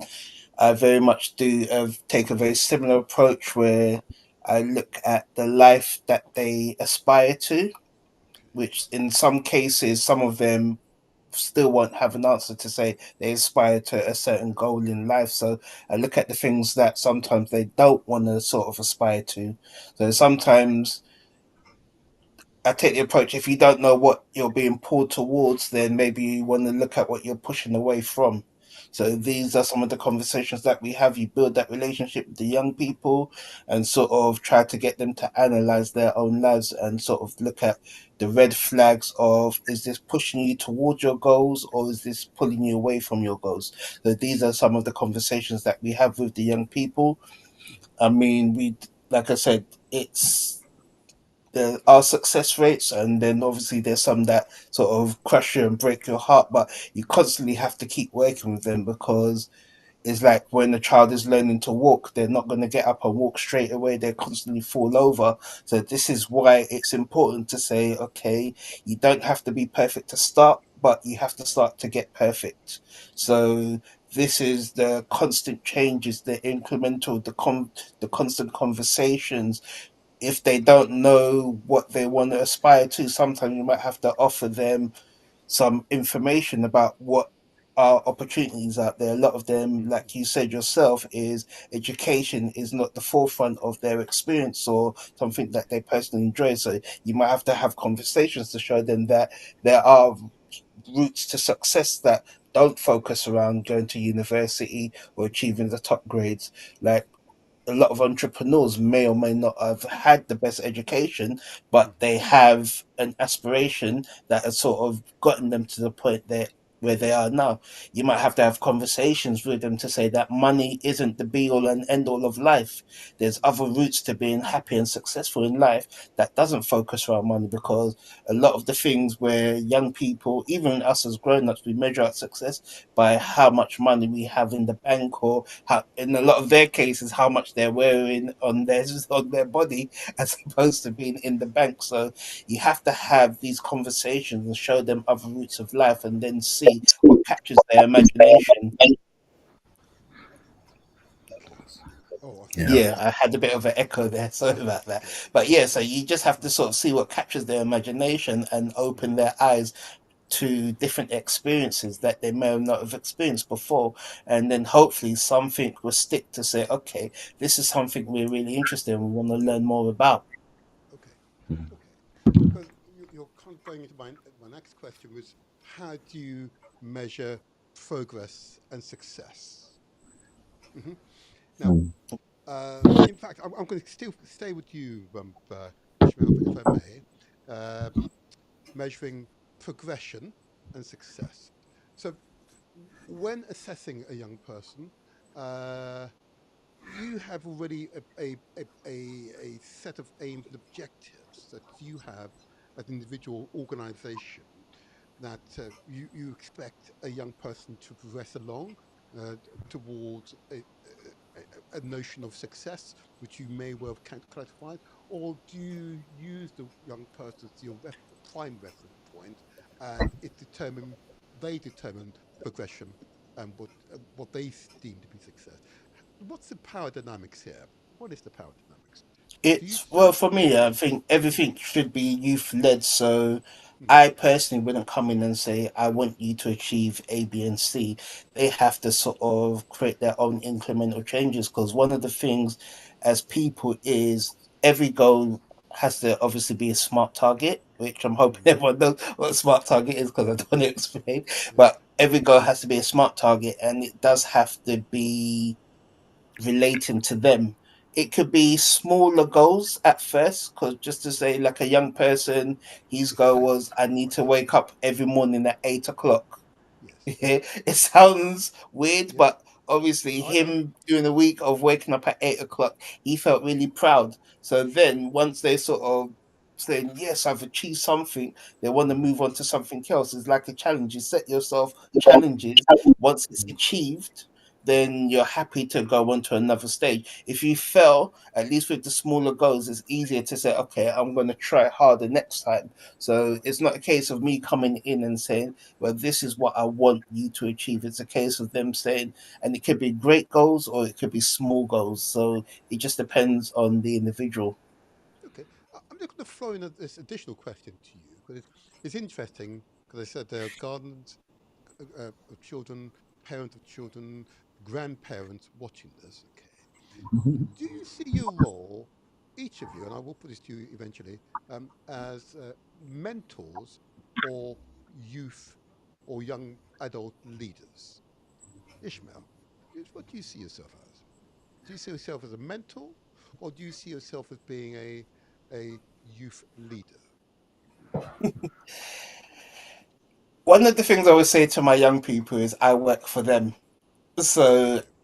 possibly I would say yes, a mentor category, but I'm there as their personal assistant. I always say I'm Okay. your personal assistant. I work for Mm. you. You tell me what you need, and I'll try and help you achieve. Mm. So Okay. mentoring is something that I think you need regardless of your age. Because one of the things I've noticed, especially in my diverse background of meeting people from everywhere, is that some of the most successful people, including grown-ups, have a lot of mentorship and have Yes. a lot of mentors and that support network around them. So it's Yes. a case of if successful people that are sort of happy with their lives or they've achieved certain goals still feel the need to have mentors, why shouldn't everyone else, regardless of your age or background? Well said. Well said. Well said. If I go to you, Toby, same question. How are you measuring progression, and what does success look like? And do you see yourself as being a, he says again, a mentor or a young adult leader? What's that you've Yeah. led you? Yeah, go ahead. Yeah. So for us, we have it's not necessarily an official thing, but we look at a 4-step program, right? And here's our 4-step program right here. It goes belong, believe, behave, and become, right? Those are the Well 4 said. things that we look at. So we look at Absolutely. first and foremost belonging, right? We want you to feel like no matter who you are, no matter your background, no matter where you've come from, whether you're the highest flying academic or you are a gang member, We want you to feel a sense of belonging here, right? And then after that, once you belong, then we want you to believe. We want you to believe, yes, in our faith, but that isn't the ultimate thing. We want you to believe in the morals that we're speaking of. We want you to believe in living a good life. We want you to believe in being a successful person. And then from believing, then we believe that's got to transition into behaving. So now you behave in what you believe in, right? So you start to actually behave, right, as this well-suited person, as this person who is, walking and living a better life, and then finally becoming, right? We now want you to become the person who you are supposed to be. We want to see you actually become that person who you dreamed about becoming the first time you stepped into the room. So that's kind of how we measure success, But most importantly, and I think this is so important, even for everybody that's watching, people who have a passion for young people and young men and things like that. And I'm sure, again, Ishmael and Daniel will agree with me on this. I think one thing that the young people don't like is to be seen as just projects. And I think that's really, really important. We can't make it seem like they are just a project. Oh, you're just my mission. You're just my assignment. I just need to make sure that you become a good person, because young people see through that facade, and it's and a lot of young people can actually rebel against this idea of, oh, I'm just a project to you. But you got to see them as genuine people. And that's why for us, relationship means everything. And Ishmael touched on it a bit earlier. Relationship means everything. The honest truth is you can't really assess how much a person has changed unless you're in real relationship with them, unless you actually have a relationship with that person. So I think if we want to see, young men really become the person, that they are meant to be, we've got to be willing to get in relationship with them so that we can actually assess where they are in their journey of life. So for us, we're all about building relationships. No matter who you are, no matter where you've come from, I want to build a relationship with you. It doesn't matter your background. We were speaking earlier about, gangs and things like that. And I remember a specific story in our community, right? Someone in one of our services, a very, very notorious gang member came into one of our services. I mean, anybody who's from South London would probably know the name if I was to say the name, And I remember in that service, after that service, someone came up to me and said, hey, so-and-so is in our service today. And immediately my mind is not, oh my goodness, there's this gang member here. What are we going to do? We need to get them out of here. Immediately, I'm like, take me to the person. I want to meet them, and I go up to them and I introduce myself to them. And I'm not thinking about, hey, you're a gang member. What are you doing here? No, I'm like, hey, how can we serve you? Why have you come here today? What's on your heart? What is it that you're looking for? And immediately I'm trying to build a relationship with that person. And I remember over time, I was able to actually build a very positive relationship with that person. And now he is no longer the person he used to be. I mean, he doesn't even go by his gang name anymore, which is such a big thing for anyone who knows young people, So, and he's no longer that person that he used to be. He's in church, he's committed, he's serving the community. And that for me is one of our biggest testimonies, And that all came from a desire to build relationship, no matter who the person is. And from that, we're able to see the success. The success is not in our numbers, as some churches might be. Success isn't about filling up seats for us. No, success is actually seeing people turn from one person into another person and become the person who you're meant to be. So that's what success looks like for us. Sorry, I forgot. What was the second question? Beautiful. No, that was beautiful. And I just Good. happen to know the person you're referring to. And Awesome. I have to say, it's one of the reasons why you're here today. Yeah. Oh, I've seen thank the you. impact.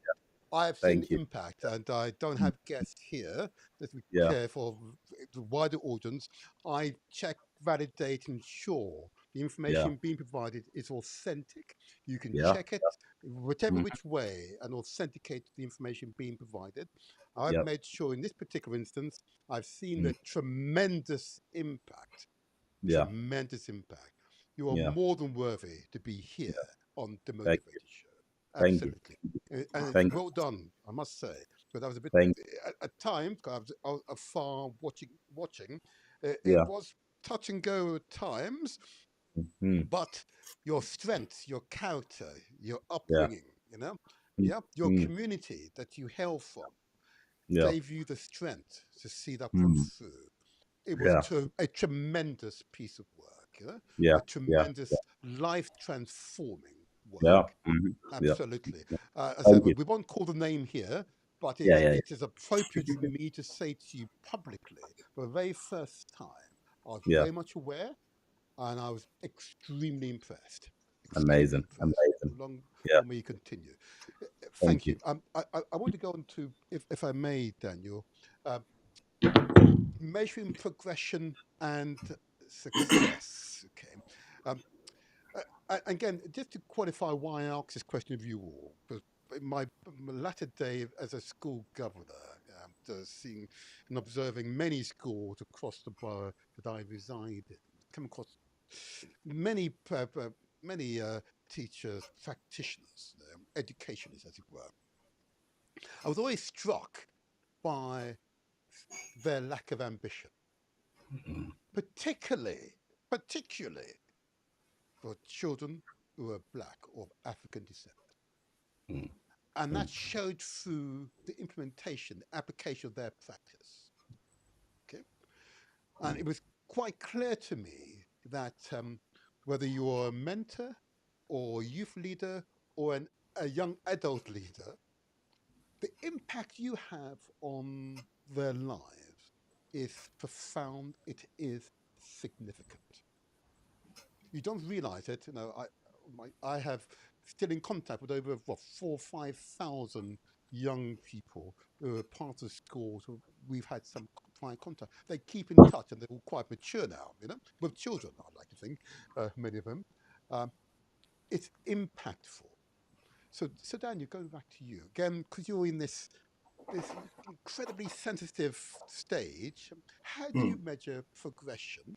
Okay, and success for your cohort, 13 to 18, which must be quite challenging to say the least. Yes, Yeah, I yeah. like that laugh. I love that laugh. Oh, I'm sure. Yeah. Yes, Yeah. yes. So what? So okay, let me put it this way. Our core values is what I use to measure our success. One of the things that I use, and for example, one of our core values is we have five. Is renewed character.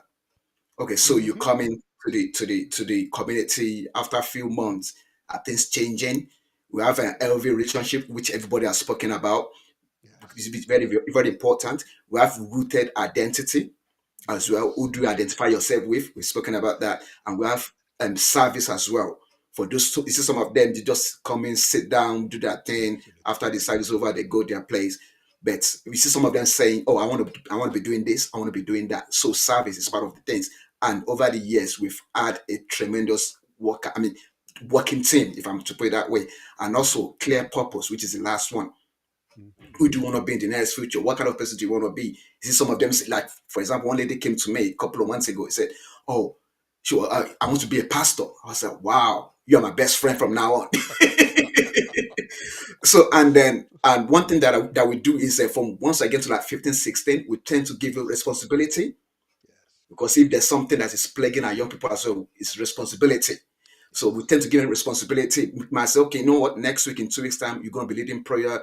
We have lots of young people who teach. Sometimes I just sit down and I watch. And when I see them teach, delivering a powerful sermon, I was like, wow, I think I've tried. A pat on the back for me, that kind of a thing. So Yes. those are the ways that are measured success, and the other side as well, not doing well, like, or you get what I'm saying. So those are the things that we follow. Character, your character, is it changing over the months? Relationship, is it getting better? Your identity, your service, your purpose, is your purpose clear Mm-hmm. enough? And of course, when we ask you Yes. to do something, are you able to deliver it? Some people will say no, and it's okay. You know what? We need more work on you. Some people will say, oh yes, and they will go on there and they will do a great job. And then that was like, yes, we've come a long way. We've done something for you. So that gives us joy that, okay, you know what? Future of that person is secured in Christ. That kind of a thing. So those are the Yes. ways that, I mean, just to put in a short story, those are Mm-hmm. the ways that we measure our success, and Perfect. also the failures as well. No, no. I want to get onto that, if I may. I know this is a little my subsidiary question for each one of you. Failure. Okay. I'm going to admit, as a school governor, there are some schools, some interactions I failed at. Okay. I may have tried, may not have tried hard enough. I wasn't creative enough, or I simply just failed. Okay. How do you manage failure? Let me start with Ishmael, if I may. how do you manage failure with working with young people? You know, um, and is it failure, or is it simply on this occasion it didn't work? How do you manage failure? Hmm. Ishmael. That one, I mean, that one's a bit challenging for myself to answer. I mean, Well, that's why I asked it. there's three. Yeah, I mean, I'm not obviously going to go into details because No, obviously, no like I said, with details, the no details. cohort of young people that I work with, Hmm. those three failures that sort of stick with me still today were Yeah, please extreme. So share with us. Share obviously, with us. can't. Share with us. I mean, extreme in terms of lives were lost. So obviously, that's why something I won't really talk I about. understand. So those what three would always stick with me. But in terms of young people that have sort of don't fell to those extreme levels, but sort of backslide. Because, like I said, the door's always open to work with young people, just like myself and others. I mean, yes, you'll have a goal, you'll have a path. You might fall off your goal and path, but then there's never a point where you can't say, "Okay, I'm going to try again." So that's something, that conversation that yes, you definitely have with that young person. It's not a case of saying that, okay, you've made a mistake, I'm not going to work with you anymore. You're always going to be there to say, okay, if you, when you're ready to try again, yeah, I'm there for you. If there's other organizations or other people that you wish to sort of also support you, I'll try and find that information for you. So in terms of that, I mean, young people I'll see, they're always happy to see me when they do see me. So I might even accidentally bump into them, and then how they were behaving a couple of minutes before they notice me until they see Yes. me, it suddenly Uh, changed. Yeah. indeed. But I'm Indeed. always, yeah, I might make a little comment with a smile on my Yes. face, and they're like, don't worry, don't worry. But yeah, I mean, the door's always open. So like I said, failure isn't the end of your story, it's just a part of your story. So where we do get to work with young people, at some point they might not be ready today, but they will be ready tomorrow. So I'm always got Perfect. my door Yes. open, and there's never a point where I would ever say, okay, I can't work with you because you've gone too far, if that makes sense. It Yeah. does. Thank you for Ishmael, because that's extremely well said. Very well said. And Mm. Daniel, if I can go to you on the same question, All how right. do you Yeah. manage failure? Yes. All right. To me, I wouldn't say, if you allow me, I wouldn't say Please, of course. failure. I just say it as a challenge that I need to do more. Okay. Because there are some people like that they've been with us for a couple of years now, and I'm, Hmm. well, I'll put it this way: I'm not seeing the desired result, and I'm to put it that way. That seeing the Hmm. desired result, that okay, you know what, your character, it still needs to be worked on, in your identity and all that. So I just say that, okay, you know what, I need more time to work on this kind of person, so that they know. I mean, I've seen some parents coming sometimes to report that, chief, as at this last Sunday, a parents came with their two daughters, like, oh, they're not doing this, they're not doing that, they're not there. I said, don't worry, just leave them with me. We're working on them. They're work in progress. That's what I tell people. Hmm. So I wouldn't say failure, because if you say failure, if you say failure, that means the end of the road. Yeah. But the journey still continues. So Yes. I just say that, okay, maybe it's not your time yet. It's your time. Everybody, we have our own different time. It's your time to do Thank you, this. It's Daniel. your time to do that. As the Bible Yes. says, there's time for everything. No, So I just say that's it perfect as, response. work Perfect in response. progress. Yes. Thank you. I've got the philosophy, and that's Yeah. absolutely. Toby, same question to you. Yeah, yeah, so similar to Ishmael and Daniel, but I Mm, think the key thing for us as leaders, mentors, whatever you'd want to call us, is just having the grit not to give up on people. I think that's so important. Even if people fail, even if people don't get to where you want them to get to, just not giving up to them. For me, I mean, I literally experienced this at the beginning of this year. Someone who I was walking so closely with had a moral failure, and so many people had given up on that person. But I determined in my heart that I'm not going to give up on them. Yes, I was disappointed. Yes, I was upset. Yes, I was even a bit hurt. But I was like, hey, this is my responsibility. I can't give up on this person, because if I give up on this person, who's going to help them? And that's how we see Mm, ourselves as a mm, community. right. If our community, the church, I mean, if Right. we push these people to the side, then who's going to help Right. them? So yeah. we're just like, you know what, even if they fail, even if they make mistakes, let's keep doing our best to support them. I know that at least it won't be that I gave up, right? If it's the other person that gave up, fair enough. I can't help that, right? But at least it won't be that I gave up. So Brilliant Nice one. responses. Nice one. Brilliant responses. Brilliant Yeah. responses. I'm not going to conscious of time. So you've said a great deal, and I can tell by the interactions and chat and messages I'm receiving, you're inspiring both young and more mature members of the community. Okay. Um, how can first of all, my question here is, first of all, the organization, okay, are you still open to receiving both professional, mature supporters to give you support, or and are you still accepting both youngsters and young adults into your organisation, or have you reached your limit? Just give us some idea of what your capacity. If I start with Ishmael first of all, again, you've got a number of organisations. Just give us some idea. How can the community support you, and are you still open to receiving young people who would like to take advantage of the services you offer? Okay, so yeah, I'm always open to working with more young people. That's something is, I mean, yeah, I work with, like I said, a lot of great partners out there that I do signposts. Support from the community would be something that, I mean, whether it is them being willing to sort of volunteer some time, if they got any professional information, work experience is another great thing that obviously a lot of organizations out there can offer as well. And then just sort of notifying or sharing information about, like these brothers are about to do now, about their services, because you can only signpost young people to services that you know exist. So a lot of the time, I'm having to sort of research or find or make contact with people to see what services are on offer, because Available. I'm Yes. just one person, and obviously I work with other people. It's just a small team of people, but as a community, I think that's something more. We need to share the information of what's out there, as well as, like, it's almost like doing a skills audit, yeah, where we sort of identify what our strengths are as a group of people, to say, okay, if I'm not able to provide that support, I at least then know someone else that is. So Right. that's definitely something that the community should, and people out there, if even if it's not contacting me directly, it's contacting yourself or other people. Let's just start sharing the information so we're all aware of what services and support and what each of us can offer to support our young people.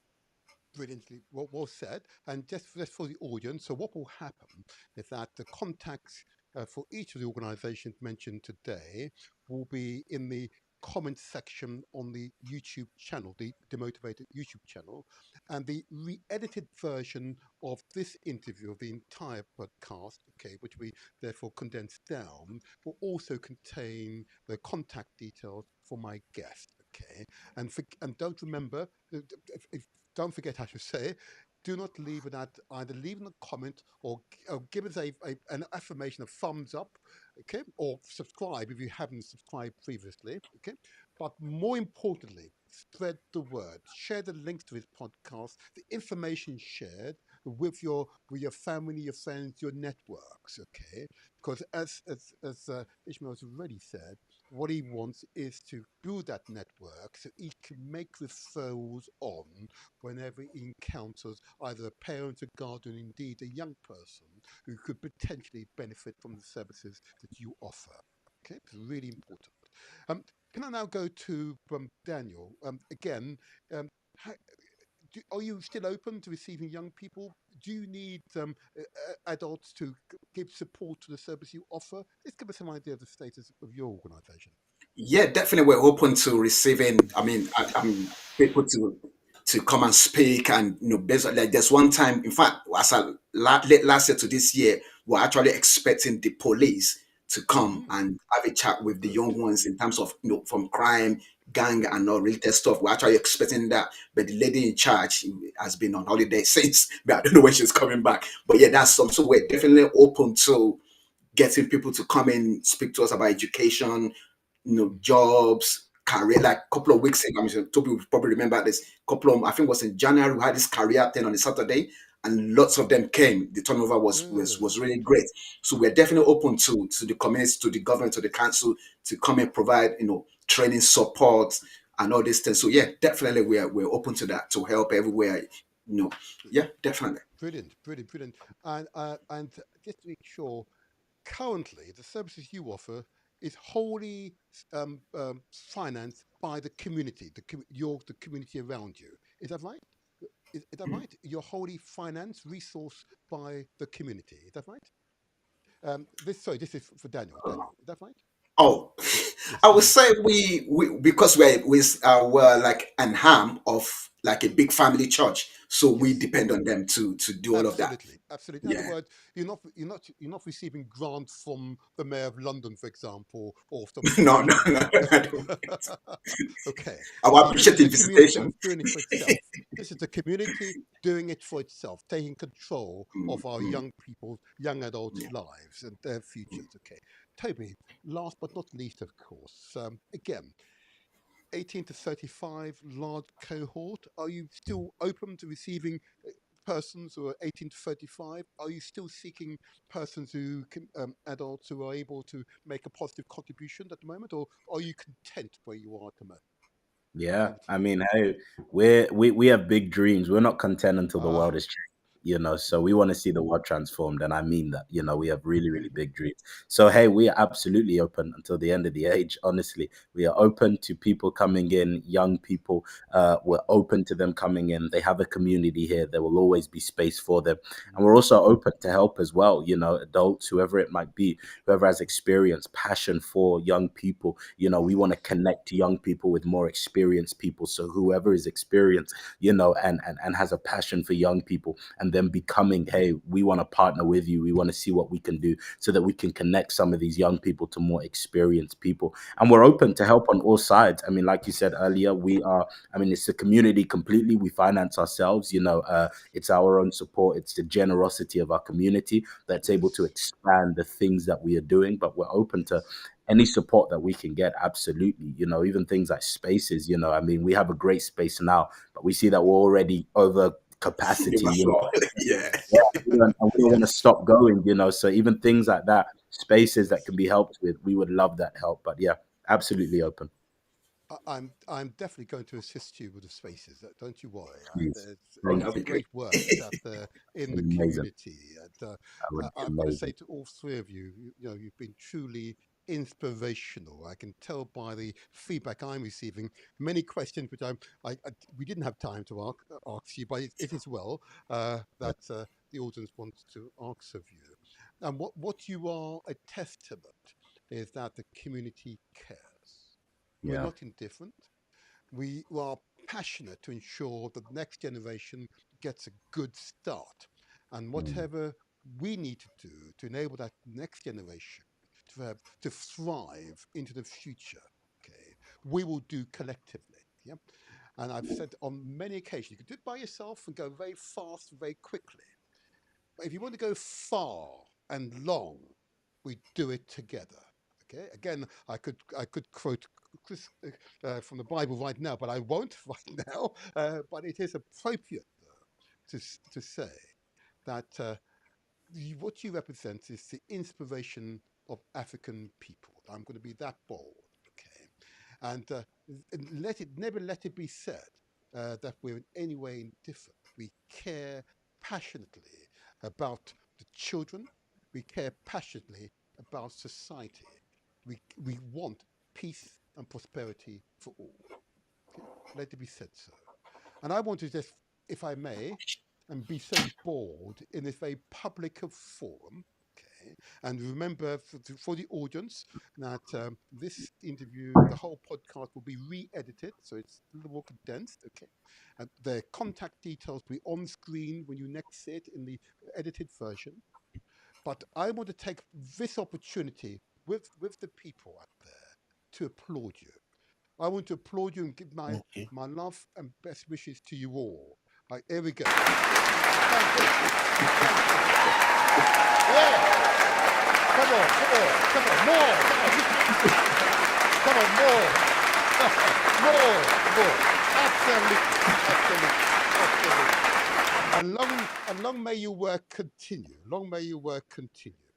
And if you wish to publicize events, if there are specific issues that you wish to bring to the public notice, we are always here.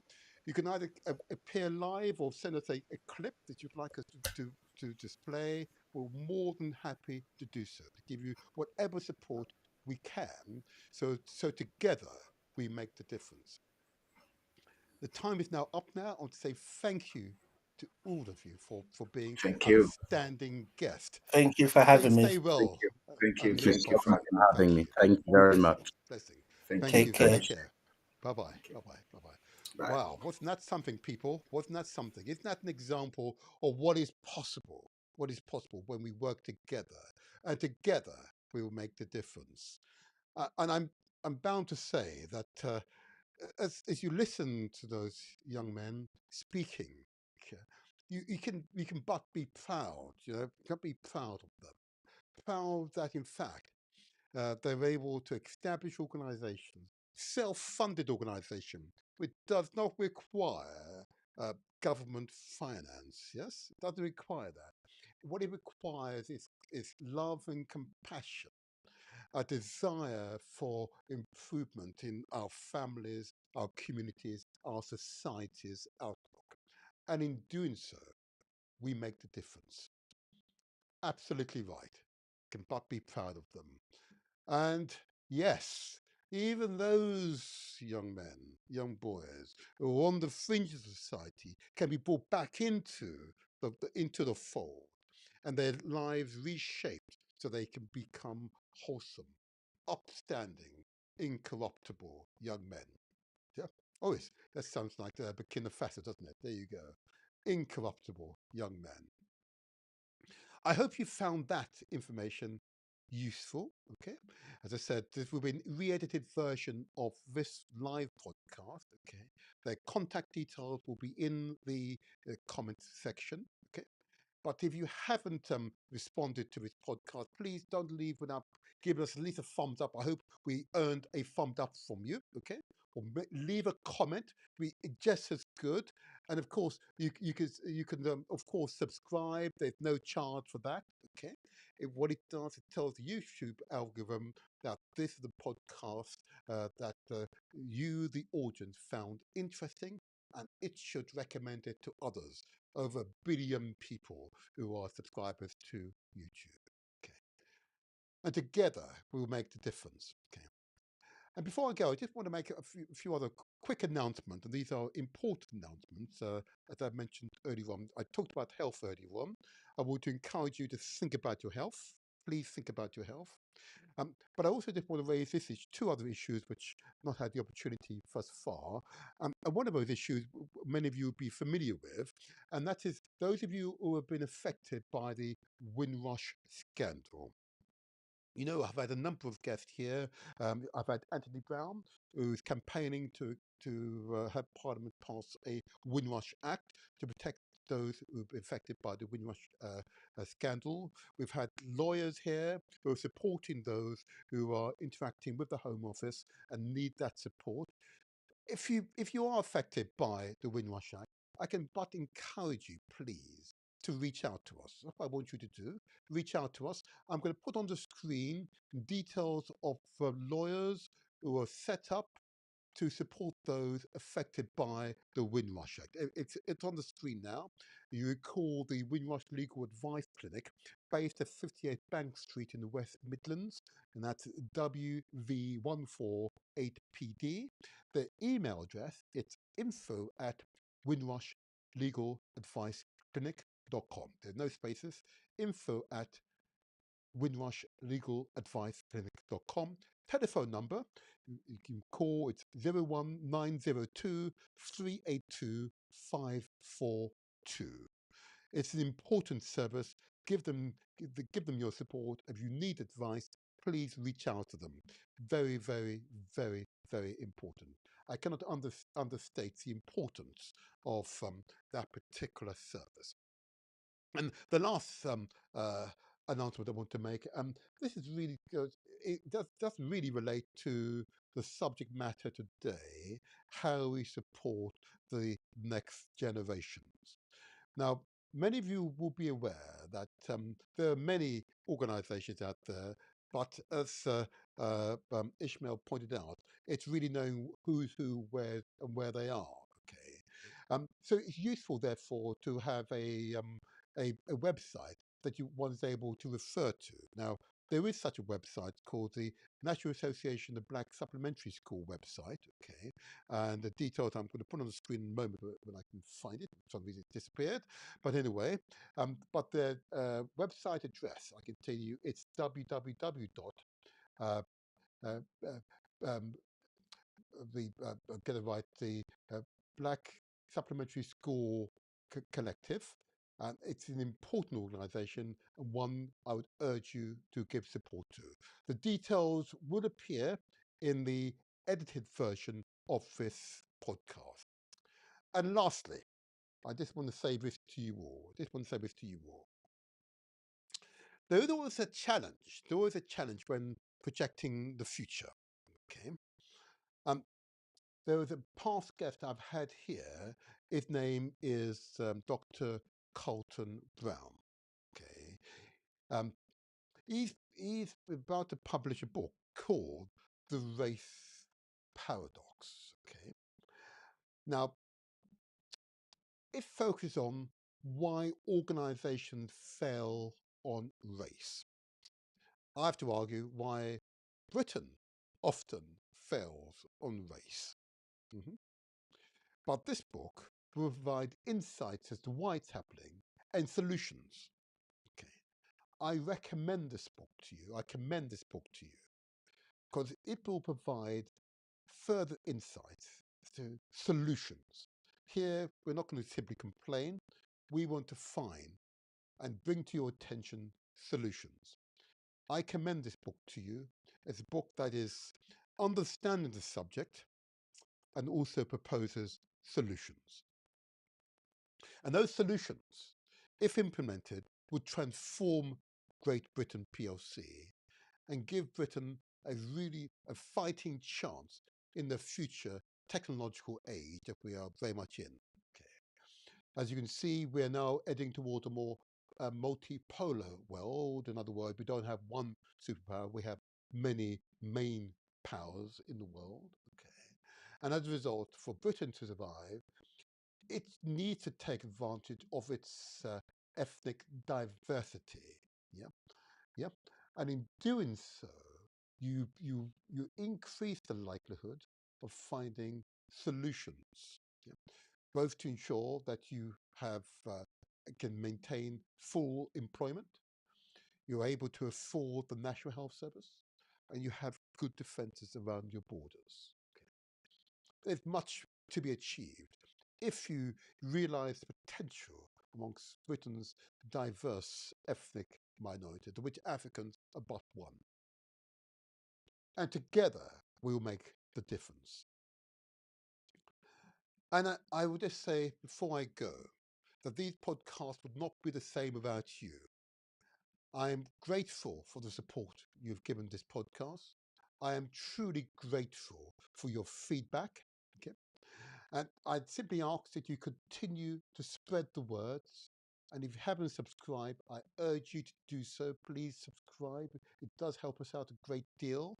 I'll put the subscribe button on the screen. There you go. It's there on the screen. Subscribe. Help us out. Help us to grow this channel. And together, you'll be a part of that change. A positive change for Britain. And indeed, a positive change for the world. So, I'm going to play out an interesting video which we produced a little while ago, okay? And it really talked about the genius that has come out of Africa. You may find this one quite interesting. Until the next time, I remain the motivator.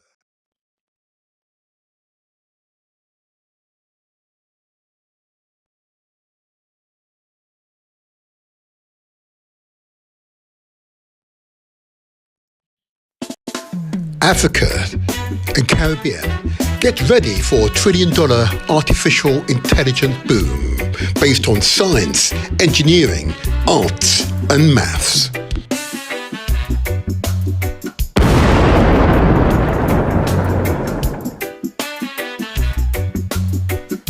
The technology sector is the backbone of the modern world economy.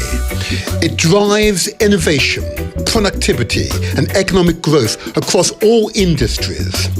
It creates jobs, fosters innovation, enhances productivity, and improves global quality of life. Countries and businesses that embrace digital transformation will lead the future.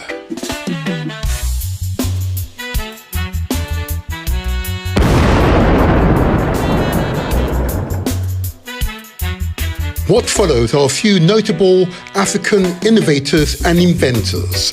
Their contributions are a testament to the brilliance and resilience of African minds from the African continent, the Caribbean, and the Americas in shaping global technologies.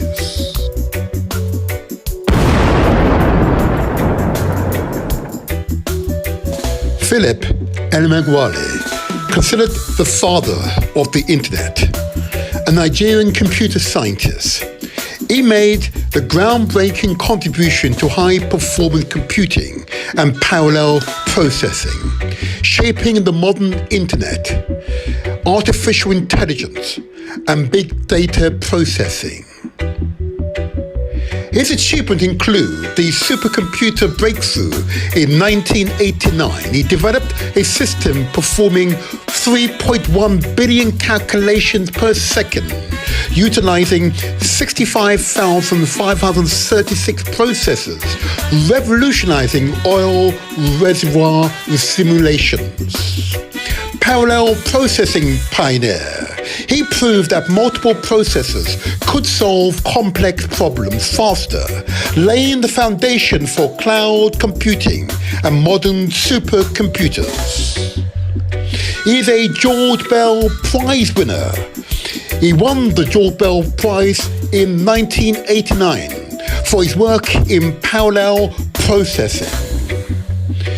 He influenced the internet. He improves data transmission and network efficiency, impacting large-scale internet processing. He remains a symbol of African excellence in technology.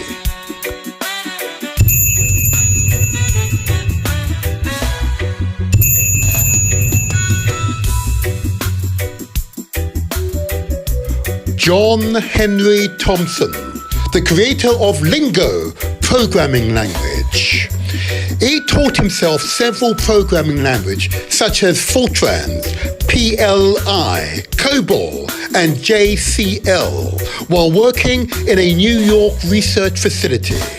Thompson's goal was to absorb as much knowledge as possible so he could invent his own computer language. He developed Lingo, a scripting language used in Macromedia Director, the early multimedia applications. His work helped shape the interactive web applications, games, and animations. His contributions influenced the Adobe Flash and early digital media development. Lingo is now used with many programs that have interactive simulation with graphics, animation, sound, and video. Along with Macromedia Director, Thompson has helped develop Media Maker, Actions, VideoWorks Accelerator, and VideoWorks 2. Lingo has also been used to create Flash and Shockwave programs that are now prevalent in video games, web design, animation, and graphics. He is a Jamaican excellence to be remembered.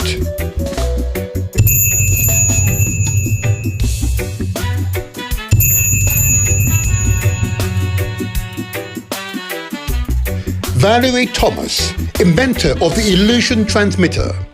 In 1980, Thomas received a patent for her invention of the illusion transmitter to produce 3D images. Her device used concave mirrors on both ends of the transmitting and receiving end of image to create an optical illusion transmitted onto screen displays, an approach that predicted modern 3D technology. Her invention, the illusion transmitter, grew out of her experimentation with concave mirrors. You could call it early 3D technology. Her invention transmits an optical illusion of a 3D image between concave mirrors that look real at the receiving end. A great African contributor.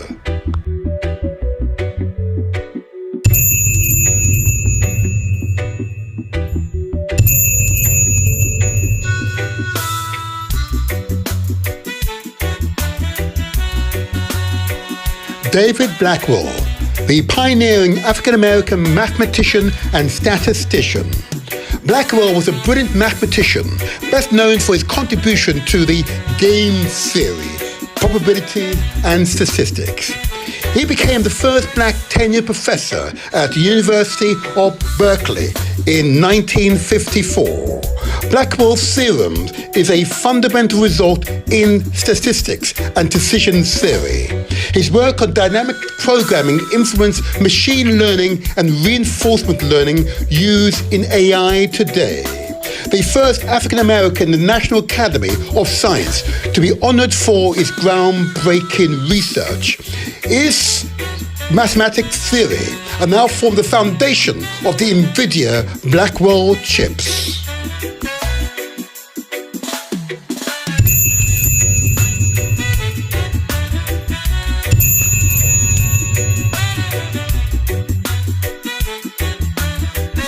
Nai Nakukaina, considered the father of the internet in Africa.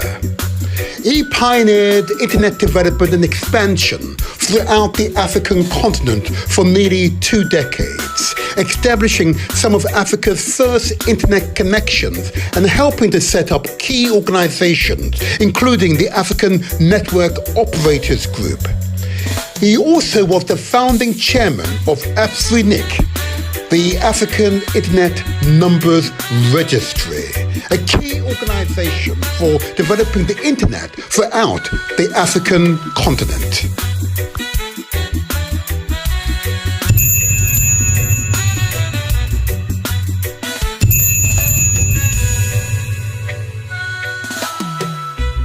Marion Croak, the pioneer of voice over IP technology.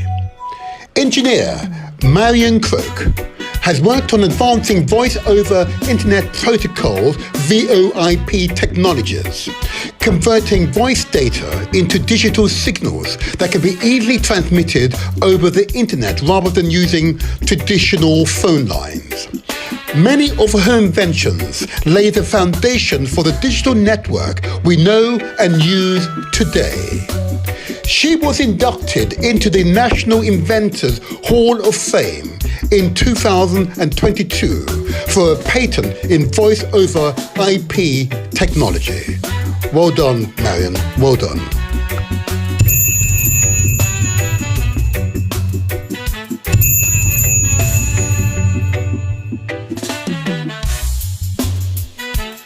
Mark Dean, the co-inventor of the personal computer. Working closely with a colleague, Dennis Muller, Dean developed the new industry standard architecture, or ISA, system bus, a new system that allowed peripheral devices like disk drives, printers, and monitors to be plugged directly into computers. The end result was more efficiency and better integration. But his groundbreaking work didn't stop there. Dean research at IBM helped change the accessibility and power of personal computers. His work led to the development of the color PC monitor, and in 1999, Dean led a team of engineers at IBM Austin, Texas lab to create the first gigahertz chip, a revolutionary piece of technology that is able to do 1 billion calculations a second.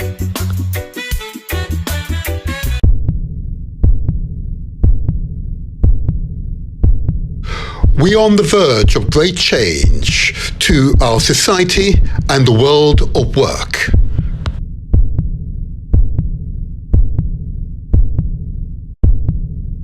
Are you ready? The technology sector, especially artificial intelligence AI, is set to transform Africa's economy, healthcare, education, and governance, while challenges such as the infrastructure gaps and digital literacy exist. The AI-driven solutions can accelerate development across the continent. The future is bright for Africa and the Caribbean countries.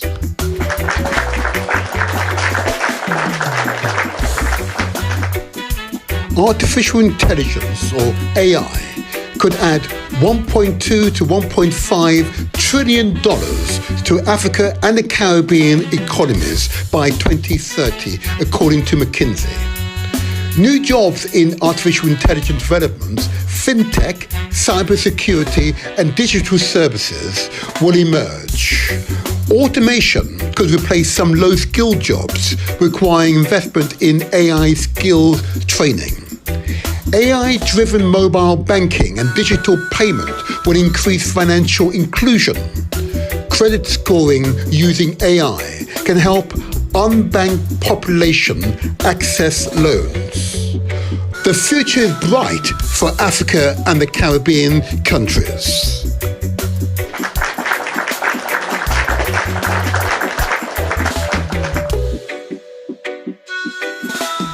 AI-powered drones and smart irrigation will boost farm productivity. Machine learning will help predict weather patterns, monitor soil health, and reduce crop disease. Agri-tech startups are using AI to improve access to markets and financing for farmers. The future is bright for Africa and the Caribbean countries.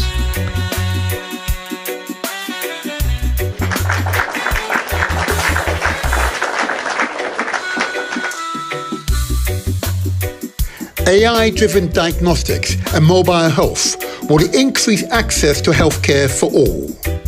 Chatbots and telemedicine platforms will help bridge the gap in rural healthcare services. AI can support early disease detection, for example, malaria, tuberculosis, and cancers. The future is bright for Africa and the Caribbean countries.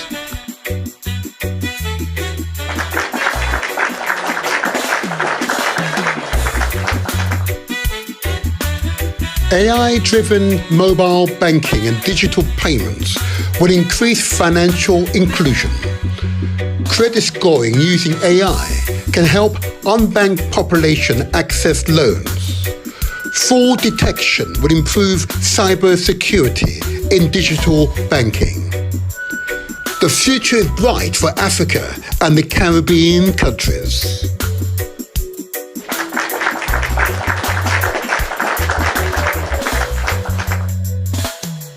AI-powered e-learning platforms will expand access to quality education. Personalized learning systems will help students in multiple African languages. AI can be used to train a future e-ready workforce for the digital economy. The future is bright for Africa and the Caribbean countries.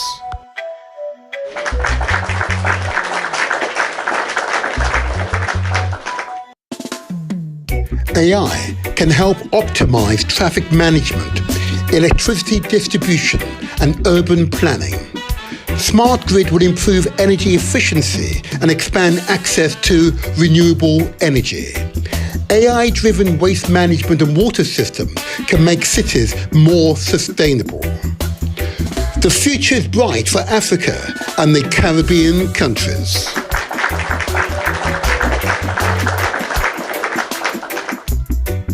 AI and the tech sector have the potential to solve Africa's and the Caribbean's biggest challenges: brain drain.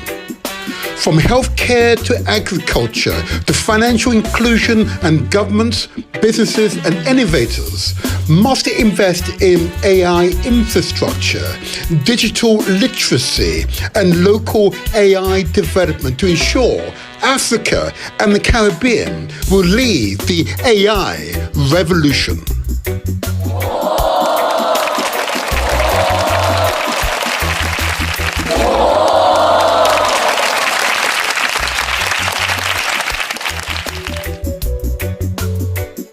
STEAM, the acronym STEAM.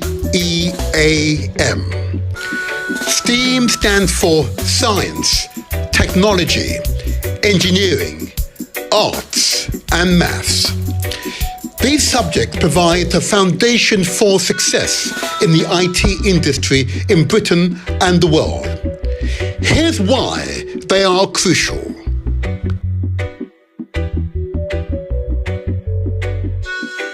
Science. Science subjects, physics, chemistry, and biology, develop analytical skills crucial for programming and system design. Physics is particularly useful for understanding hardware, networking, and quantum computing. Technology. Core IT skills and programming. Learning to code, for example, Python, Java, C++, etc., is essential for software development. Understanding cybersecurity, artificial intelligence, blockchain, and cloud computing prepares you for the emerging tech fields. IT professionals must adapt to new technologies, and this subject teaches continuous learning. Engineering. Engineering teaches logical thinking, debugging, and hardware-software interaction. Computer engineering, electrical engineering, and robotics rely heavily on IT concepts. Engineers develop new technologies such as microchips, artificial intelligence models, and other technological advances. Art. The A in STEAM is crucial. It's not just about coding, but designing user-friendly application is key. Graphic design or user interface, animation, and video game development all require artistic creativity. Art also enhances storytelling in tech, which is useful for marketing, branding, and content creation. Math. Logical thinking and algorithms. Programming is built on maths. Topics like algebra, calculus, and discrete maths are crucial. Data science, artificial intelligence, and machine learning depends on statistics and probability. Cryptography, used in cybersecurity, relies on complex mathematical concepts. Understanding what STEAM means is important. S for science, T for technology, E for engineering, A for art, M for maths.